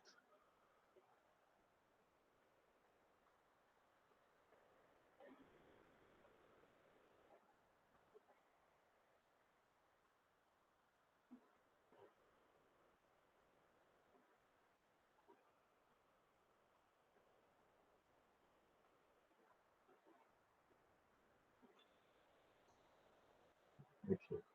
Então, vocês vão ver que acabou não ficando exatamente a mesma situação. A gente tinha proposto essa área de expansão urbana e essa área de expansão urbana. Acabou que a gente depois percebeu que já tinham projetos aprovados na prefeitura de alguns novos loteamentos. Esse projeto já estava lá aprovado, em algum sentido, já tem, de alguma forma, o direito adquirido. Então, a gente acabou incorporando essas duas manchas de expansão de dois novos loteamentos e incorporou também uma outra zona, que aí a gente negociou com eles, que era também já de um loteamento aprovado, mas que era de conectividade desse setor aqui do Capão com a cidade nova, então também de ocupação desse vazio urbano. Né? E esse aqui também já era um loteamento aprovado. Então ficou, no final das contas, as duas manchas de expansão, mais essa mancha intermediária aqui, que a gente achou interessante. A gente já tinha a ideia de propor ela, né? E essas outras zonas aqui. E aqui, na verdade, não foi configurado como uma zona de expansão, porque aqui foi uma proposta de um parque municipal, né? Uma área da Capelinha, uma área que eles têm, né? Tem um interesse histórico, paisagístico interessante, que acabou não ficando como área de expansão urbana. Né? Então, vocês terem ideia que, no final das contas, esse aqui é o mapa final, né, de mapa de zoneamento, e que 90, a gente teve que negociar coisas, né, e faz parte de negociar desde que a gente não abrisse mão do fundamento da proposta, que era de contenção da expansão urbana. Né? Então, a negociação foi de inserir essa parte, de, claro, aceitar esses loteamentos que já estavam aprovados e tal. Né? Então, a gente fez essa apresentação para a prefeitura e ela foi convencida de que a proposta dela não estava adequada. E aí voltamos para a proposta nossa né, com alguns ajustes. Então aqui esse mapa não está atualizado, né? Então tem aquela zona aqui que foi criada aqui e tem aqueles loteamentos que estão por aqui, um que está aqui em cima também, que esse aqui foi um slide que a gente apresentou no processo, não está atualizado aí. Mas aí agora, o que é macrozona no final das contas, né, pessoal? Claro, a definição de grandes unidades de planejamento, definição de onde vai urbanizar, onde é que não vai urbanizar, o que é rural, o que é urbano, isso é a essência do macrozoneamento. Mas o que é interessante que eu vou pedir para vocês tentarem fazer para o norte da ilha rabiscar um pouco essas ideias. Poxa, onde é que está mais consolidado? Onde é que está em consolidação? Onde é que são as possíveis novas frentes de expansão urbana? O que vai ser necessário urbanizar? Onde é que estão os vazios urbanos mais estruturantes? Então, fazer essa leitura de conjunto para ter um direcionamento da ocupação para o norte da ilha, mas também de estipular que macrozonas interessantes poderiam acontecer ali, né? Então, aqui, por exemplo, para cada uma das 5 macrozonas, a gente fez uma definição. Por exemplo, macrozona urbana consolidada, que é essa vermelhinha aqui. Áreas urbanizadas e já ocupadas. Deve promover o adensamento em áreas e eixos prioritários. Então, por exemplo, é uma área já ocupada, mas a gente queria que tivesse alguns eixos de transformação urbana, então eixo de densificação para criar centralidades e tal, né? Então, o que a gente sugere, olha, nessas áreas aqui, apesar de não estar ocupada, a gente vai intensificar um pouco mais a ocupação em alguns corredores de mobilidade prioritários. Né? Deve promover a qualificação do sistema viário e infraestrutura urbana, a criação de espaços públicos e equipamentos comunitários e a regularização fundiária. Deve se garantir o fortalecimento das centralidades de bairro. Vocês veem que é uma estratégia, né, sobretudo de qualificação, que é uma cidade já existente, não está criando novas estruturas, novos equipamentos, né, mas é sobretudo a qualificar o existente. E a gente estabeleceu estratégias para cada uma dessa macrozona, né, então estimular a diversificação e descentralização de usos. A cidade era muito dependente da área central, né, do centro fundacional. Então, todo o resto, muitos eram bairros dormitórios. Né? Então, uma das coisas é estimular a descentralização de usos. Fomentar centralidades atreladas a estruturas de transporte coletivo. Então, a gente já colocava o transporte coletivo como elemento prioritário de critério de onde densificar, onde não densificar. A cidade estava começando a densificar de uma forma muito pulverizada. Tinha um prédio aqui, outro prédio lá, outro prédio lá, não tinha muita lógica, porque também o zoneamento do plano diretor era uma grande mancha rosa, né? Depois a gente vai discutir isso, mas era uma grande mancha rosa que tudo podia, né? Então, também como planejamento não funcionava. Orientar o processo de qualificação urbana com criação de novas centralidades. Então, a gente foi estabelecendo, né, estratégias, não vou entrar em tanto detalhe em cada uma delas para não ficar muito maçante, assim. Mas depois seria legal os grupos darem uma olhada, assim, para, né, até onde a gente pode ir no macrozoneamento, o que ele define, né, o que ele avança como proposta e tal, né. Então, aqui estão algumas, por exemplo, a macrozona urbana em consolidação, que é o amarelinho, né? Áreas urbanas, áreas urbanizadas e pouco ocupadas. Deve promover a ocupação com prioridade para as áreas contíguas da macrozona urbana consolidada. Então, olha, a gente estabelece, né? Olha, aqui qual que é a prioridade dessa macrozona urbana? É promover a ocupação, com prioridade dessas primeiras áreas mais próximas da cidade, da mancha urbana já consolidada, né? Deve estimular a urbanização de vazios urbanos, favorecendo a integração do sistema viário. Né? Então, ocupa o vazio urbano com uma lógica, né? Integrando o sistema viário, quando fala criando conectividade e tal, né? Deve garantir a ocupação regular dos imóveis, a proteção das áreas de preservação e dos terrenos públicos. Então, tinha muita área pública ainda, né? Isso tudo, a prefeitura tinha uma gestão muito fraca, não sabia onde estavam os imóveis públicos e tal, né? Então, uma das preocupações, olha, vamos garantir, porque todo loteamento aprovado tem que ceder área pública, né? Área verde de lazer, área institucional para equipamento de saúde, educação, né? Então, vamos manter isso. Então, só vocês terem ideia, tem uma definição da macrozona e as estratégias. A gente fez isso para as 5 macrozonas, tá? Talvez vocês não precisem desenvolver tanto assim as estratégias e tal, mas tentar assim, olha, vamos ver quais são as macrozonas que fazem sentido para cá, no norte da ilha, onde é que já está mais consolidado, onde é que está em consolidação, onde é que são as estações urbanas. Faz sentido ter uma macrozona urbana histórica, faz sentido ter uma macrozona urbana ambiental, discutam as macrozonas de produção rural, sei lá, vocês podem pensar nas macrozonas que vocês acham que são coerentes, a gente vai discutir elas, né?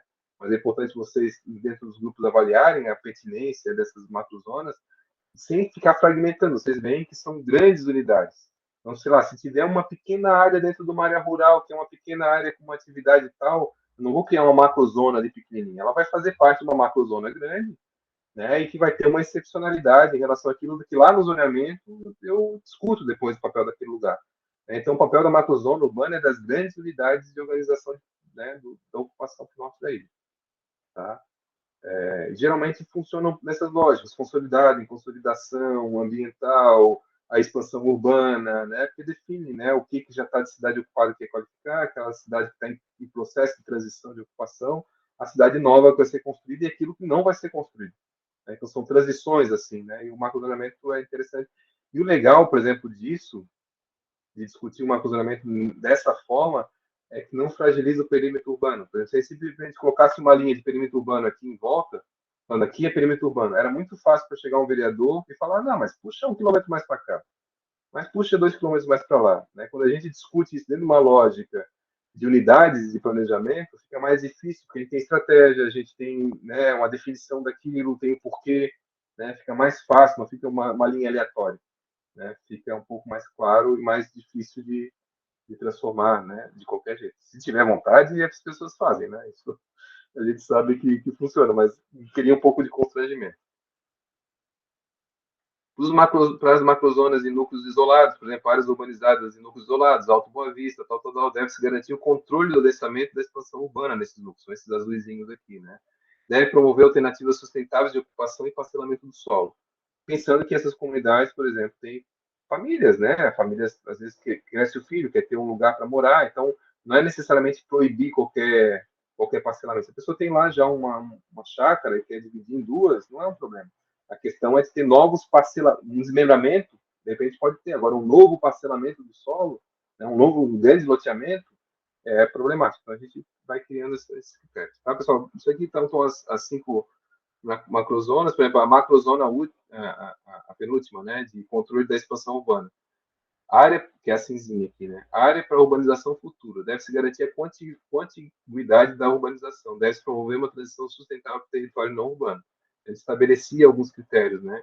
Então, controlar a expansão horizontal e fragmentada, controlar a densidade demográfica, com foco na baixa ou média densidade. Então, a gente não quer que essas frentes de nova urbanização sejam as áreas de alta densidade. Não faz sentido colocar lá na borda, né?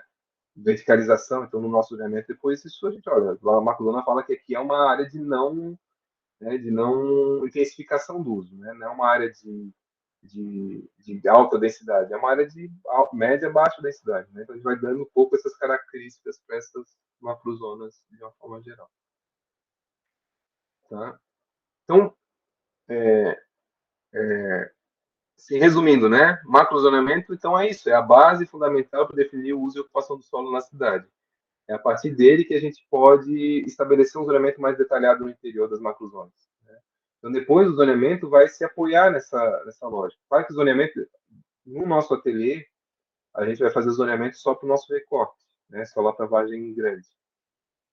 Mas se a gente fosse fazer o zoneamento para o norte da ilha, ele teria que estar totalmente coerente com o zoneamento. O zoneamento define, né, de alguma forma, elementos muito representativos de como que vai ocupar, onde vai ocupar, mas depois o zoneamento entra com o refinamento dessas estratégias.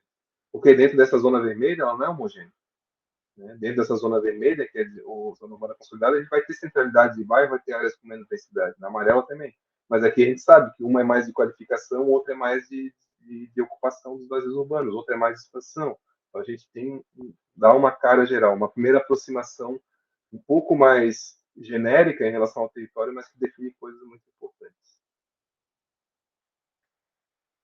E aqui vai, né, pessoal? Aqui, por exemplo, tem o marco zoneamento, ele define perímetro urbano, mas ele não é o perímetro urbano. Então, tem muitos planos diretores que só definem perímetro urbano. Né? E aqui a gente vê, por exemplo, né, nesse município aqui, a ideia do perímetro urbano ser, né, assim, quase que coincidente com o perímetro urbano o atual, né, e o proposto, né? Então, aqui nessa cidade também tem essa discussão, mas perímetro urbano, basicamente, como representação, é uma linha que define aqui área urbanizada, que área não urbanizada. O macrozoneamento já estabelece alguns critérios a mais. Dentro dessa área urbana, o que pode ser dividido, né? Entre zona de expansão, entre zona já consolidada, entre zona em consolidação, entre zona de interesse ambiental, macrozona, né, de interesse ambiental, e assim vai. Então, o perímetro urbano é o polígono que delimita a área urbana do município por exclusão à área rural. A área rural, por exemplo, o Imposto Territorial Urbano, IPTU, que é uma das principais fontes de receita das prefeituras, elas não podem ser cobradas na área rural. Então, para a prefeitura, às vezes, ela quer, que é tudo muito contraditório, né? Por um lado, o planejamento quer restringir porque quer que a cidade se organize num determinado espaço, né, e funcione de forma mais adequada, mas alguns outros setores da cidade, muitas vezes, querem que se expanda para poder cobrar imposto. Né? Então, vou ampliar o perímetro urbano, que daí eu posso cobrar imposto desse pessoal todo. E a população, às vezes, quer que cobre imposto para depois ela poder fazer o parcelamento do solo e poder identificar. Outros não querem. Então, é tudo muito envolvido com tensões. A gente está aqui orientando de acordo com alguns critérios que tem que ter repercussão discussão e convencimento nessas instâncias políticas e econômicas também, né? Então, para efeitos legais, somente a área dentro desse polígono é reconhecida como área urbana. Esses polígonos demarcam a área urbana consolidada, as áreas de expansão urbana ainda não ocupadas, características. Então, o que define um perímetro urbano? Define o valor da terra. Tem alguns estudos do pessoal do Instituto... Putz, americano, como é que é o nome dele? Instituto que faz estudo sobre o valor da terra. Não, pode dar nacional. Esqueci o nome, mas daqui a pouco eu vou lembrar. Que faz eles já têm todo um estudo na América Latina muito interessante, Lincoln Instituto, Instituto Lincoln, que faz esse estudo sobre mercado imobiliário, valor da terra e tal, e alguns estudos mostram que o simples fato de tu traçar uma linha de perímetro urbano, colocando uma antiga área rural como área urbana, às vezes multiplica por 6 vezes o valor da terra. Então, a expectativa da urbanização, o fato de ser legalmente possível urbanizar, interfere muito fortemente na dinâmica de valorização. Então, a gente tem que ter clareza disso. A gente não está brincando de traçar uma linha, a gente está falando, olha, aqui eu estou traçando por isso, né, tendo consciência que, né, quem está aqui dentro está sendo privilegiado, quem está fora não está sendo privilegiado, mas faz parte dentro dessa discussão. Né? Então, muitas vezes não é pacífico. Ele delimita também o que pode ser parcelado e o que não pode ser parcelado. Por exemplo, uma área rural, a gente não pode fazer parcelamento urbano. Aí tu tem que seguir o módulo rural, né, do INCRA, e o módulo rural varia de região para região do país, né, 35 hectares, 4 hectares, 12 hectares. Então, quer dizer, numa área rural, tu pode ter o módulo mínimo, é esse, né, o parcelamento mínimo, a divisão mínima do lote, né, máximo do lote, é esse módulo fiscal que o INCRA estabelece. Né? Então, quando a gente delimita macrozoneamento, a gente está definindo o que pode ser parcelado e o que não pode ser parcelado. A gente define também atividades e usos admissíveis.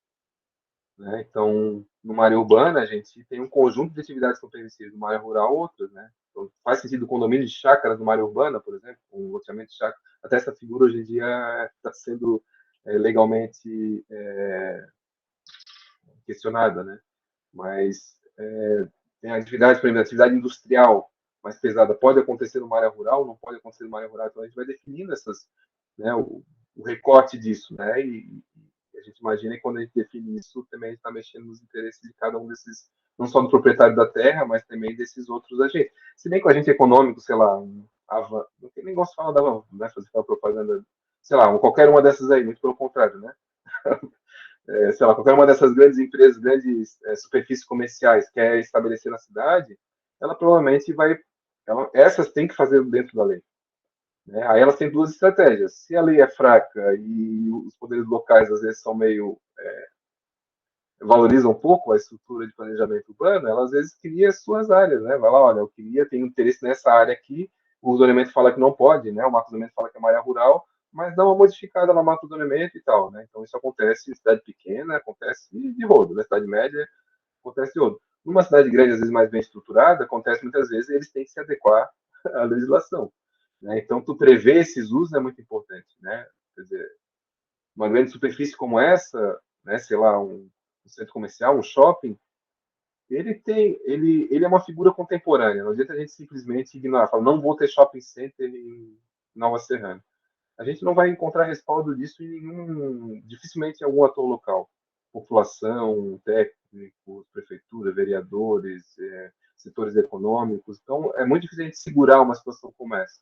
Então, avaliar que talvez em algum momento vai ter um shopping center em Nova Serrana é uma coisa interessante. Agora, a nossa discussão é onde colocar da melhor forma. Né? Onde, de repente, um equipamento como esse vai causar menos prejuízo.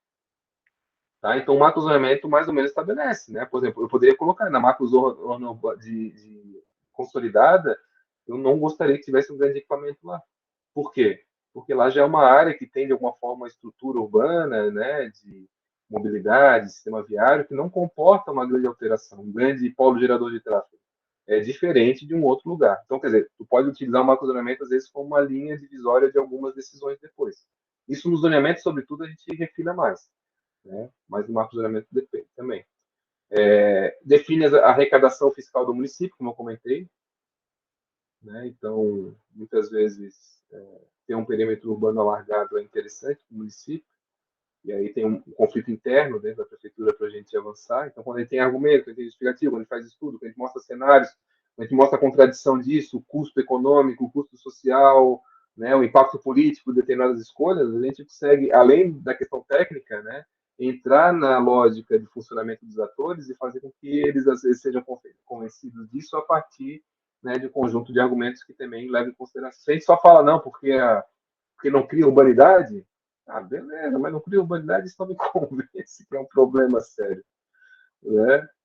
Agora, se cria urbanidade, se vai ser caro, se vai gerar impacto, né, social relevante, se vai, sabe, a gente consegue criar um conjunto de elementos outros que vão, às vezes, para além do nosso campo disciplinar. É legal a gente poder também refletir sobre isso, né? Então, a grande questão do macro zonamento e do perímetro urbano é isso. Ele não pode nem ser frouxo demais e nem ser restrito demais, né?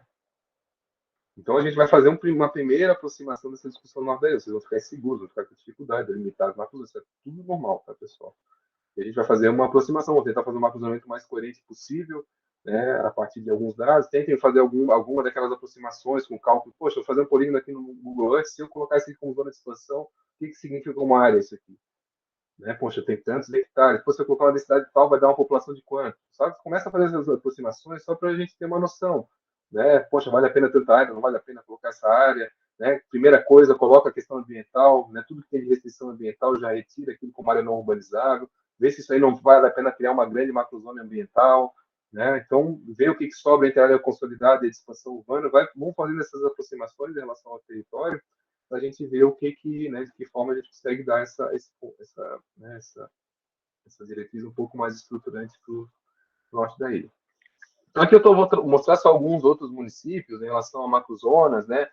Não vou detalhar, porque eu também não vi, assim, né, não li atentamente cada um dos planos diretores, só vocês terem ideia como se configura, né, macrozoneamentos em outros planos diretores, em outros municípios, tá?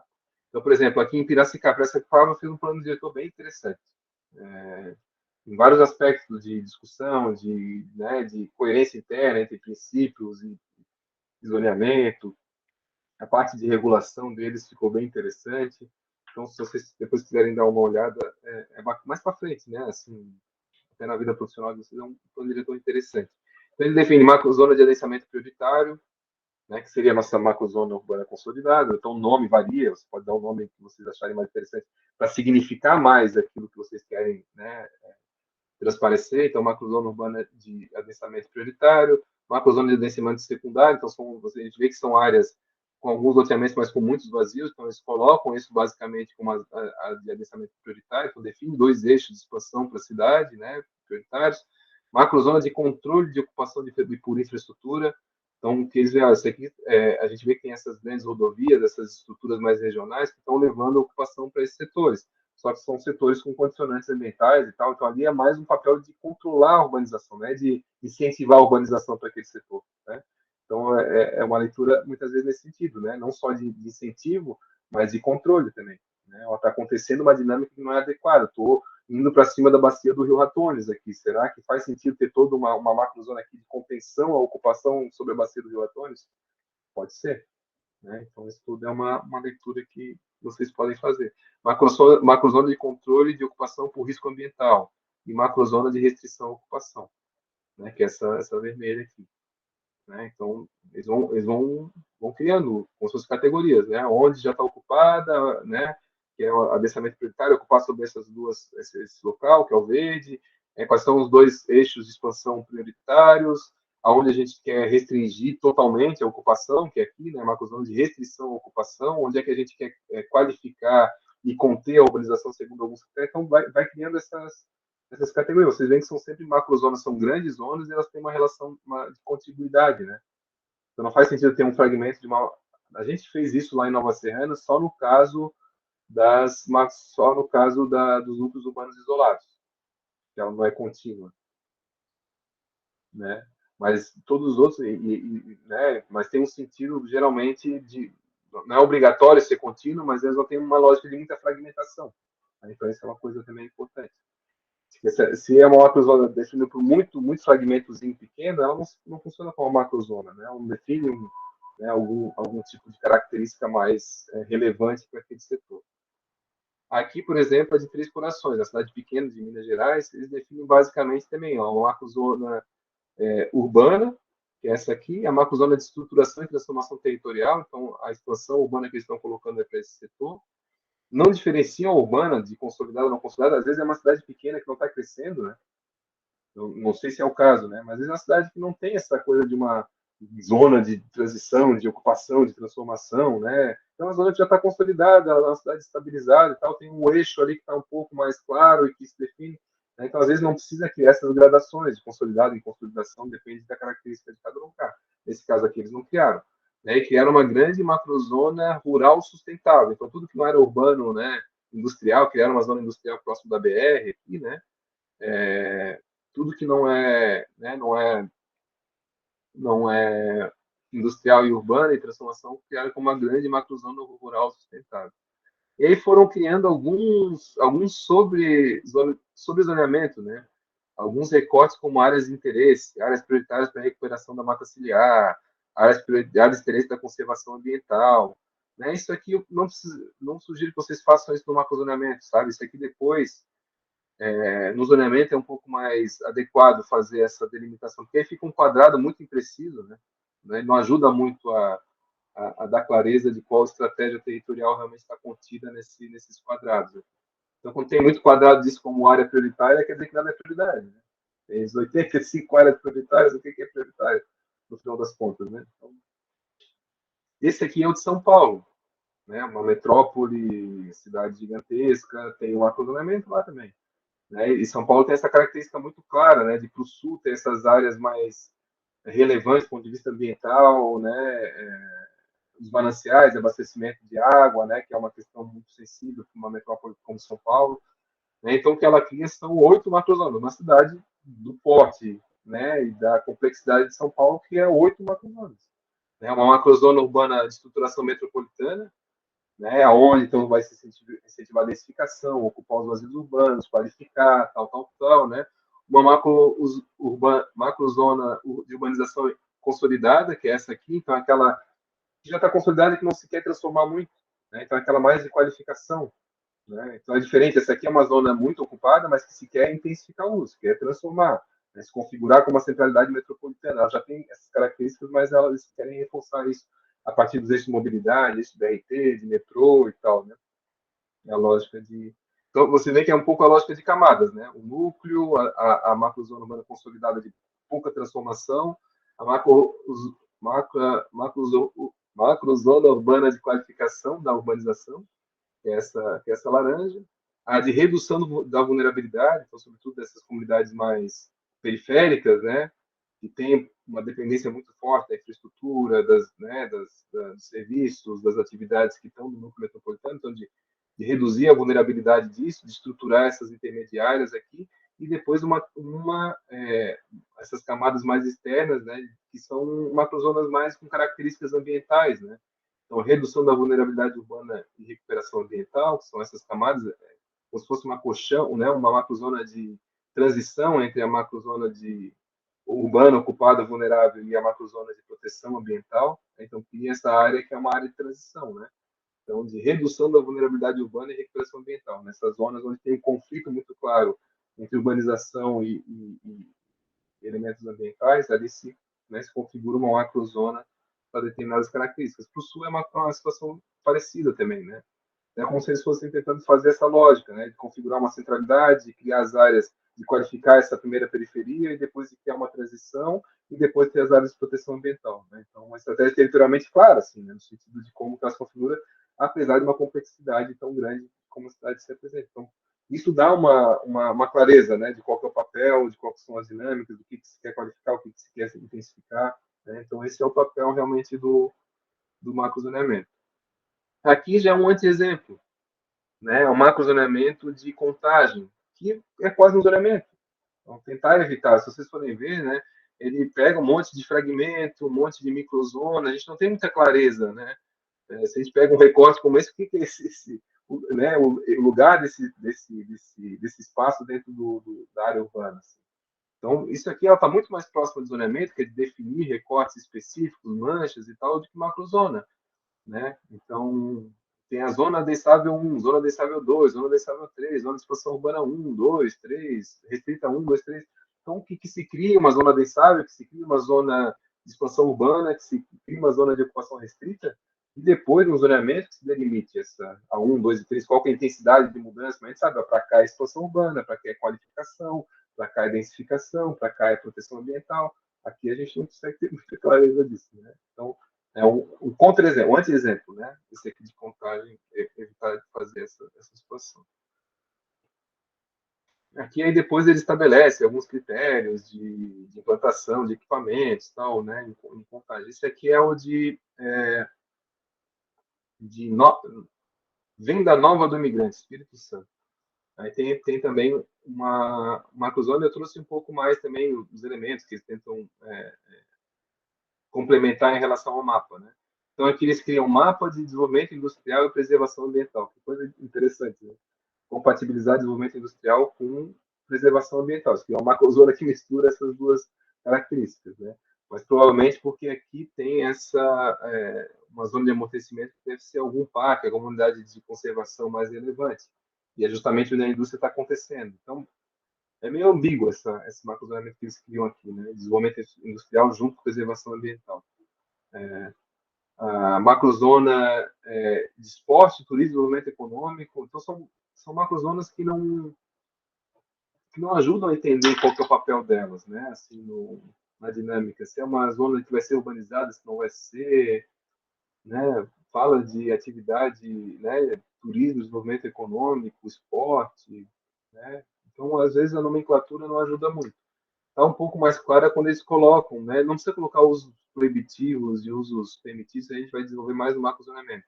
Né? Mas o que eu sugiro é que vocês tentem identificar essas características da determinada macrozona, tenta fazer uma definição do que ela é e algumas diretrizes preliminares, assim. Né? Então, essa macrozona aqui ela foi feita para, né, para se qualificar determinada urbanização que ainda está em processo né, de transformação. Essa aqui é de uma macrozona de uma área já consolidada. Essa aqui é uma macrozona, né, ligada à expansão urbana. Então, tentar, acho que não fugir muito daqueles 5, 6 temas, né, consolidado e consolidação, expansão urbana, não urbana, ambiental. Né? Tem uma que é interessante, que é essa aqui, não. Deixa eu ver, peraí, está um pouco mais para baixo. Essa aqui, de Altamira. Altamira está lá né, dentro da floresta amazônica, se não me engano, é no Pará, no estado do Pará. E lá eles têm, por exemplo, a questão das aldeias indígenas, né? Então, é um tema muito relevante para eles lá. E aí, como que isso aparece, como o Marcos também trabalha no território global, isso tem que, de alguma forma, entrar. Né? Poxa, essa área aqui ela tem uma característica específica ligada não só porque é ambientalmente interessante, mas porque ali tem uma lógica de grupos, né, que ocupam, que tem também suas especificidades em relação ao território. Então, o que eles criaram foi uma grande macrozona de interesse sociocultural, que é as ISP, que são essas vermelhas, estão ligadas, sobretudo, a essas comunidades tradicionais ribeirinhas e povos originários, né? Então, muito específico de lá, né? Mas faz todo sentido. Aí eles podem estabelecer para essa macrozona um conjunto de lógicas de ocupação, né, do que manter, do que não manter, de proibir a urbanização, de não ter, não ser área urbanizável, às vezes, sei lá. Então vai criando, né, por conta da especificidade do território, uma macrozona também específica. Tá? Então é criar uma macrozona urbana, uma macrozona de interesse ambiental, uma macrozona de interesse sociocultural e uma macrozona rural, né? Que é isso, é um município pequeno, né, com uma área de urbanização pequena, mas que tem dentro do território municipal, né, a presença disso, pode ser o potencial também, né, do ponto de vista cultural, até muitas vezes de integração dessa população dinâmica urbana, né, ver como fazer isso é uma coisa muito sensível, muito delicada de como trabalhar. E que no macrozonamento se reflete também, pode se refletir também, né, quando é algo tão representativo. Não temos isso no norte da ilha, né, mas só para a gente imaginar que o macrozonamento não é também não, né, não tem um modelo único para ser trabalhado. Aqui, por exemplo, Santo André. Santo André é uma coisa bem interessante. Olha só a forma do município, né? Ele é muito longilíneo, assim, muito linear, e ele é cruzado por elementos ambientais muito relevantes. Mananciais, tem a parte de elevações, de montanhas e tal, que faz, por exemplo, tem uma área urbanizada mais vinculada às dinâmicas metropolitanas, que é essa parte norte, e toda essa parte sul, leste aqui, né, ela é marcada por condições ambientais muito fortes. Então, o que eles criaram uma macrozona que reflete isso muito claro, né? Então, tem a macrozona urbana, né, tem a macrozona de reestruturação urbana, que é essa aqui, tem a macrozona de recuperação urbana, que é essa de transição para as zonas de proteção ambiental, né? Tem a macrozona exclusivamente industrial, né? Tem a macrozona de desenvolvimento econômico compatível. Então, por exemplo, lá no miolo daquela área de proteção ambiental tem algumas comunidades, né, já instaladas lá. E a ideia, é claro, não é excluir elas de lá, mas é que elas tenham, de alguma forma, uma relação boa de desenvolvimento dentro de uma condicionante, né, cercada por condições ambientais tão fortes. Então, ela é uma macrozona de desenvolvimento econômico compatível. O que é o compatível? Não sei, né? Mas né, dá para entender em algum sentido o que eles fizeram. Aí depois tem a macrozona de ocupação dirigida, né? Então são áreas de expansão, mas com muito cuidado. Tem a macrozona urbana de conservação ambiental. Então é um macrozonamento que também espelha muito as condicionantes do território, né? Então nem sempre a gente vai ter em Nova Serrana aquela coisa de camadas, né? O núcleo, a área de expansão, depois a gente vai ter né, a área consolidada, a área em consolidação, as expansões urbanas. Aí, Florianópolis, a gente vai conseguir, norte da ilha, dificilmente vai conseguir isso, né? Então, muitas vezes, tu vai ter áreas urbanas isoladas, né? E que lá vai ter um macrozonamento específico, cooptado por condições ambientais, como macrozona ambiental, não necessariamente é um problema isso, né? A gente é diagnosticar isso e entender, olha, então começa aqui é uma zona urbanizada cercada por área de condições ambientais, então talvez aqui eu tenha que me preocupar como vai acontecer essa relação. Então, vou chamar aqui uma macrozona diferente daquela lá onde eu quero a centralidade do norte da ilha. Pô, aqui é a zona de densificação, aqui é a zona de, sabe? As duas são urbanas, mas são com características diferentes. Então, vale a pena fazer uma macrozona diferente. Então, sempre essa reflexão, né? Aí agora, só para fechar, já estou aí há quase 2 horas falando, algumas indicações, sugestões de como fazer como começar esse macrozoneamento, né? Eu acho que a primeira grande questão é definir os usos urbanos e os usos não urbanos. Então, o que é não urbanizável no setor de vocês? Comecem não pela adição, mas pela subtração. Então, vou pegar tudo que tem de condicionantes ambientais representativas, de elementos paisagísticos relevantes, de áreas de inundação, de topos de morro, de áreas de vegetação representativa, e ver se isso faz sentido ter uma macrozona urbana, ambiental mais relevante com esses elementos. Então, definir o que é urbanizar, o que é negociável na urbanização, o que não é negociável na urbanização, nessa expansão urbana. A outra coisa é vocês tentarem fazer alguns, aí vai sobrar, vocês vão ter, tirando o que não é urbanizar, vocês vão ter provavelmente dois elementos, aquilo que já está ocupado e aquilo que não está ocupado ainda, que poderia ser ocupado.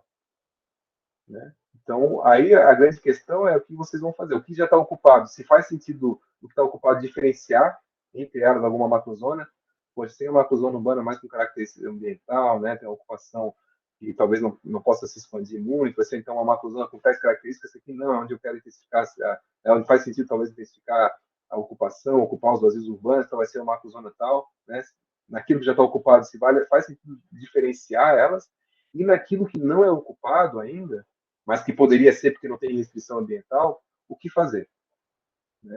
É muita área que sobra, então talvez nem tudo vai ser necessário para a expansão urbana. Então, se nem tudo vai ser necessário, aonde que é mais interessante?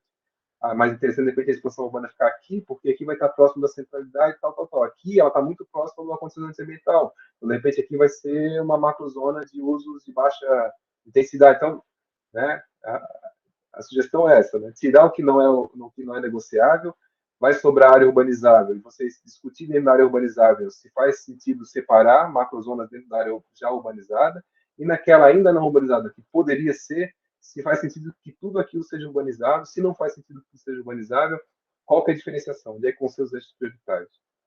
E por quê? Tá? Então, isso eu acho que é uma coisa interessante de vocês tentarem fazer no recorte. Tá? Então, a sugestão que eu dou para vocês é isso: pegarem aqui o norte da ilha e começarem a pegar os mapas de condições ambientais, tirar os elementos, ver o que sobra de área urbanizável, e aí refletir. Poxa, aqui eu já tenho Canasvieiras, Jurerê, tenho a Cachoeira do Bom Jesus, tenho o Rio Vermelho, tenho, em algum sentido, aqui o Santinho, né? Por exemplo, o Santinho está entre, né, duas, duas linhas de condicionamento ambiental muito forte. Faz sentido eu densificar, expandir, opa, não, aqui vai ser uma macrozona, né, de contenção da urbanização, que já tem ali, de baixa densidade, tal, tal, tal. Né? Vamos para o Rio Vermelho. O que é o Rio Vermelho? Né? Ele já ocupou tudo que poderia ocupar, está ocupando mais, não é uma zona urbana ainda em consolidação, tem muitos vazios urbanos, né? E começa a delimitar, aquilo já está urbanizado, o que faz sentido? Sobrar os vazios urbanos. Né? O que eu vou fazer com, eu acho que uma das grandes questões, né, é o que fazer com essa grande área aqui, né, do Parque Tecnológico. É um grande vazio urbano, muito bem localizado, boa parte de ser urbanizável, né, então, né, começar a ter esse olhar bem de conjunto, né, para esses setores. A Daniela é outro, né, a Daniela é um loteamento lá na ponta, né, que de um lado tem as dunas, do outro tem a reserva ecológica, né, extrativista ali, então não tem muito para onde crescer. Né? Não, faz sentido densificar a Daniela, faz sentido, talvez ela tenha, né, ela funcione na mesma macrozona do lá do Santinho. Né? Então, sabe, começar a fazer essas discussões, vão surgir dúvidas, vai ser difícil delimitar uma coisa ou outra, mas a ideia é que vocês coloquem nessa condição, né, nessa próxima semana, para aí na quinta-feira que vem a gente discutir, né, então, a parte das diretrizes junto com os problemas e também a questão do macrozoneamento. Tá? Já refinar um pouco em cima de algo que vocês conseguiram construir.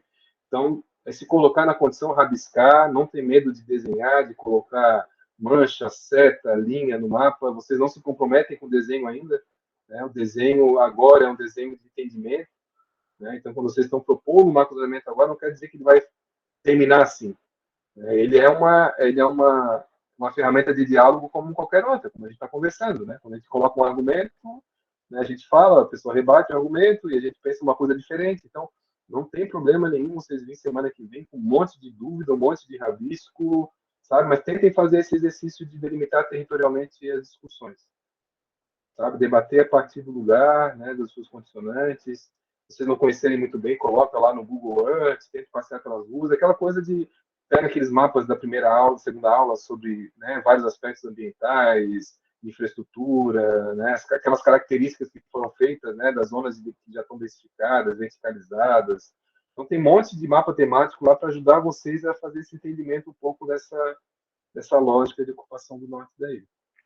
Tá? E em cima disso, a gente vai ter bastante matéria-prima para assessorar semana que vem. Certo, gente? Eu engato a fala aqui e não nem respiro direito, né? Mas não sei se ficou muito corrido para você, deu para entender qual é a lógica, se vocês têm dúvidas aí, se está chato dessa forma, se vocês querem fazer de um modo diferente, porque a dinâmica é um pouco são poucos conteúdos expositivos, né? A gente vai ter esse, vai ter depois do zoneamento, vai ter do modelo territorial, vai ter do parcelamento, eu acho que são umas 4 ou 5 encontros desse, que eu tento concentrar bastante coisa, um monte de informação, referência, para ajudar vocês a deslanchar uma etapa, e muitas das coisas a gente vai depois discutindo dentro dos grupos. Né? Mas se não fizer sentido, se fizer chato para vocês, vocês falem, a gente tenta achar uma dinâmica diferente aí. Tá? Aberto aí para questões, dúvidas, críticas.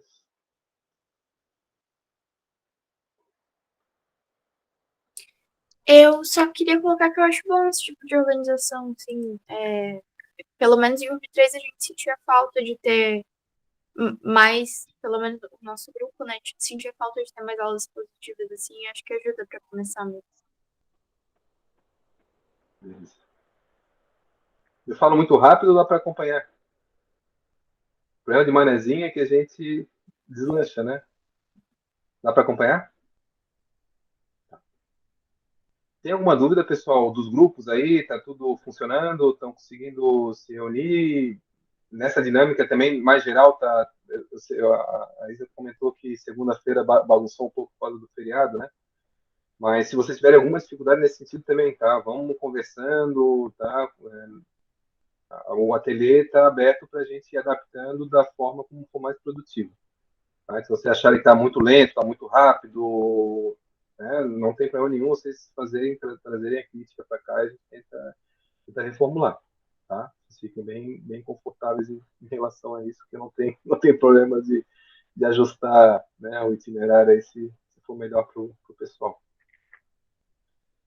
Certo? Tem dúvidas?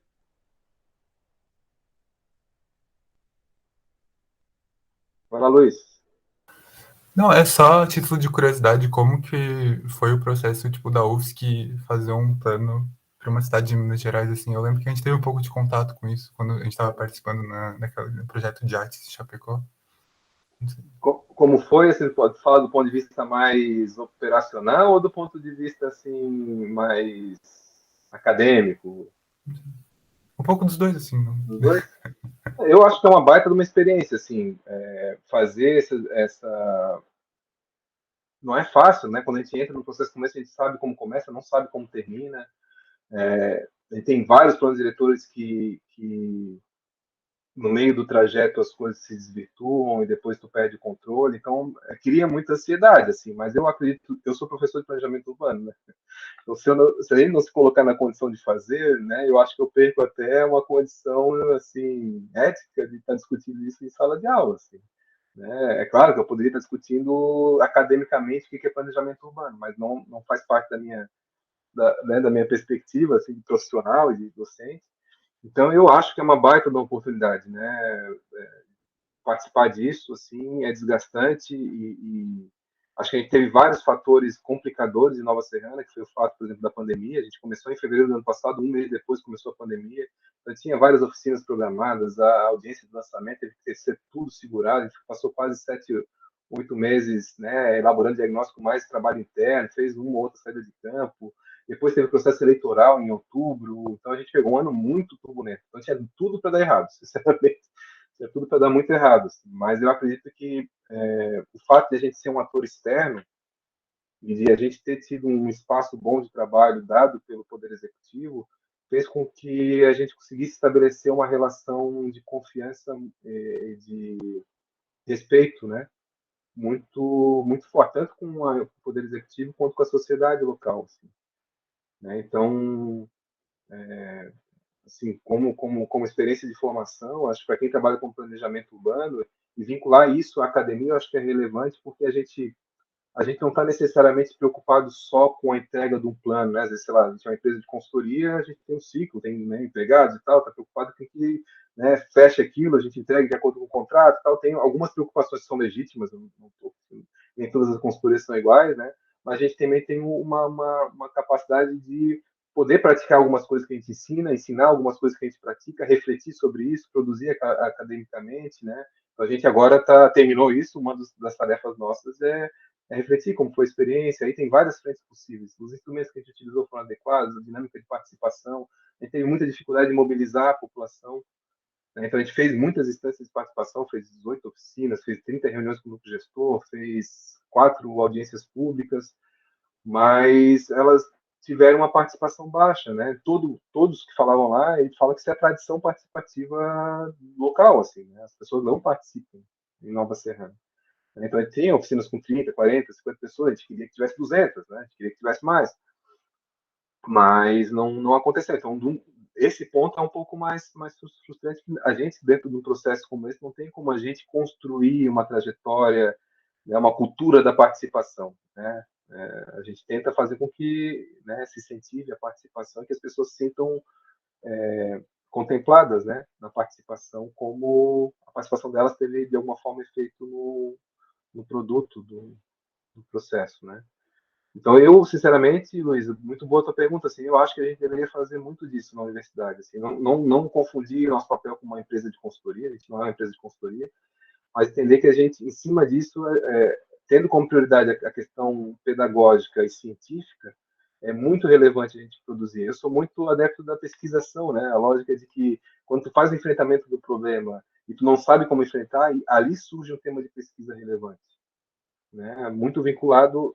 Não estou falando que outras pesquisas de outras formas não possam usar, tem legitimidade para tudo, né?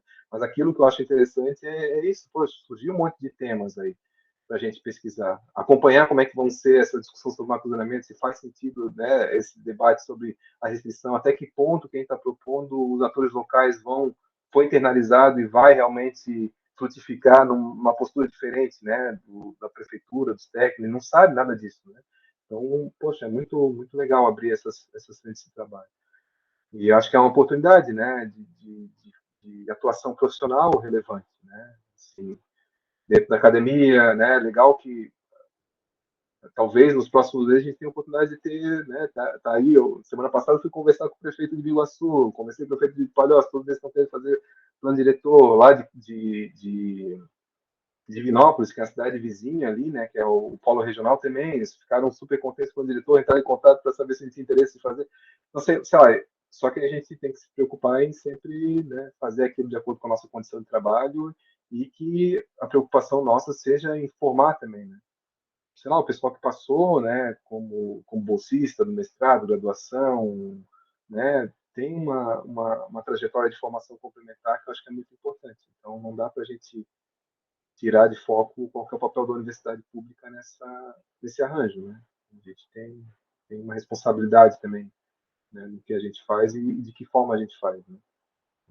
Eu teria muita vergonha, por exemplo, de estar fazendo Nova Serrana, a coisa não funcionar, e vir para cá e assumir um outro discurso diferente daquilo que eu pratiquei. Para mim ia ser muito, muito complicado isso, né? Então, eu só estou trazendo para cá essa experiência porque eu acredito que funcionou lá em algum sentido nesse momento, né? E que faz sentido a gente, como profissional, talvez incorporar alguma dessas práticas, né? Agora, eu falo isso para eles também, né? Eu teria muita vergonha lá em Nova Serrana de ficar propondo coisas que eu não acredito, que eu não pesquiso, que eu não coloco os estudantes para, né, de alguma forma, refletirem sobre isso também. Então, essa coerência eu acho que é muito importante, né? Enquanto a gente conseguir manter essa coerência e a universidade conseguir manter a prioridade sobre aspectos acadêmicos e pedagógicos desse trabalho e produzir um bom plano diretor e poder ter uma relação boa com as prefeituras, com os municípios, é muito bom. Agora, se isso não existir, né, não pode ser o interesse econômico, por exemplo, né? Que movimenta isso, vou fazer consultoria para... Né, se for isso, acho que a coisa se perde. Né? Não sei se eu respondi a tua pergunta. Sim, sim. Obrigado. Mais alguma questão, gente? Não? Então tá, pessoal. Vamos aproveitar essa chuvinha aí do dia. Não sei, se bem que cada um deve estar num lugar diferente, né? Mas aqui em Florianópolis tá um tempo chuvoso bom ou para trabalhar bastante ou para não trabalhar, não. Então tá, a gente se vê quinta que vem, tá? Então quinta que vem vai ser assessoramento. Aí eu vou mandar para vocês, um dia antes eu mando ali os horários direitinho, mas a gente vai fazer o revezamento, né? O grupo 1, que foi o primeiro, vai lá para o final da fila, né? Vai mais para o final do dia. Mas se vocês, entre os grupos, quiserem mudar o horário, ó, pessoal, eu falei com o grupo 2, a gente antecipou que não tem problema. Se entre vocês estiver de acordo, vocês podem mudar aquela sugestão lá. Tá? Mas aí quinta-feira que vem vai ser aquilo. Eu estou começando um pouco mais cedo, né? Os assessoramentos. Se alguém tiver dificuldade, a gente negocia um horário alternativo, né? Porque, claro, o nosso horário é 9h10, estou começando 8h30 ali. Mas é uma forma de todos terem um tempo razoável, assim, tá? Então é isso, pessoal. Se cuidem aí, bom restinho de semana. Qualquer dúvida ou sugestão aí, só entrar em contato. Valeu, Bruno. Tchau, Bruno. Obrigada. Tchau.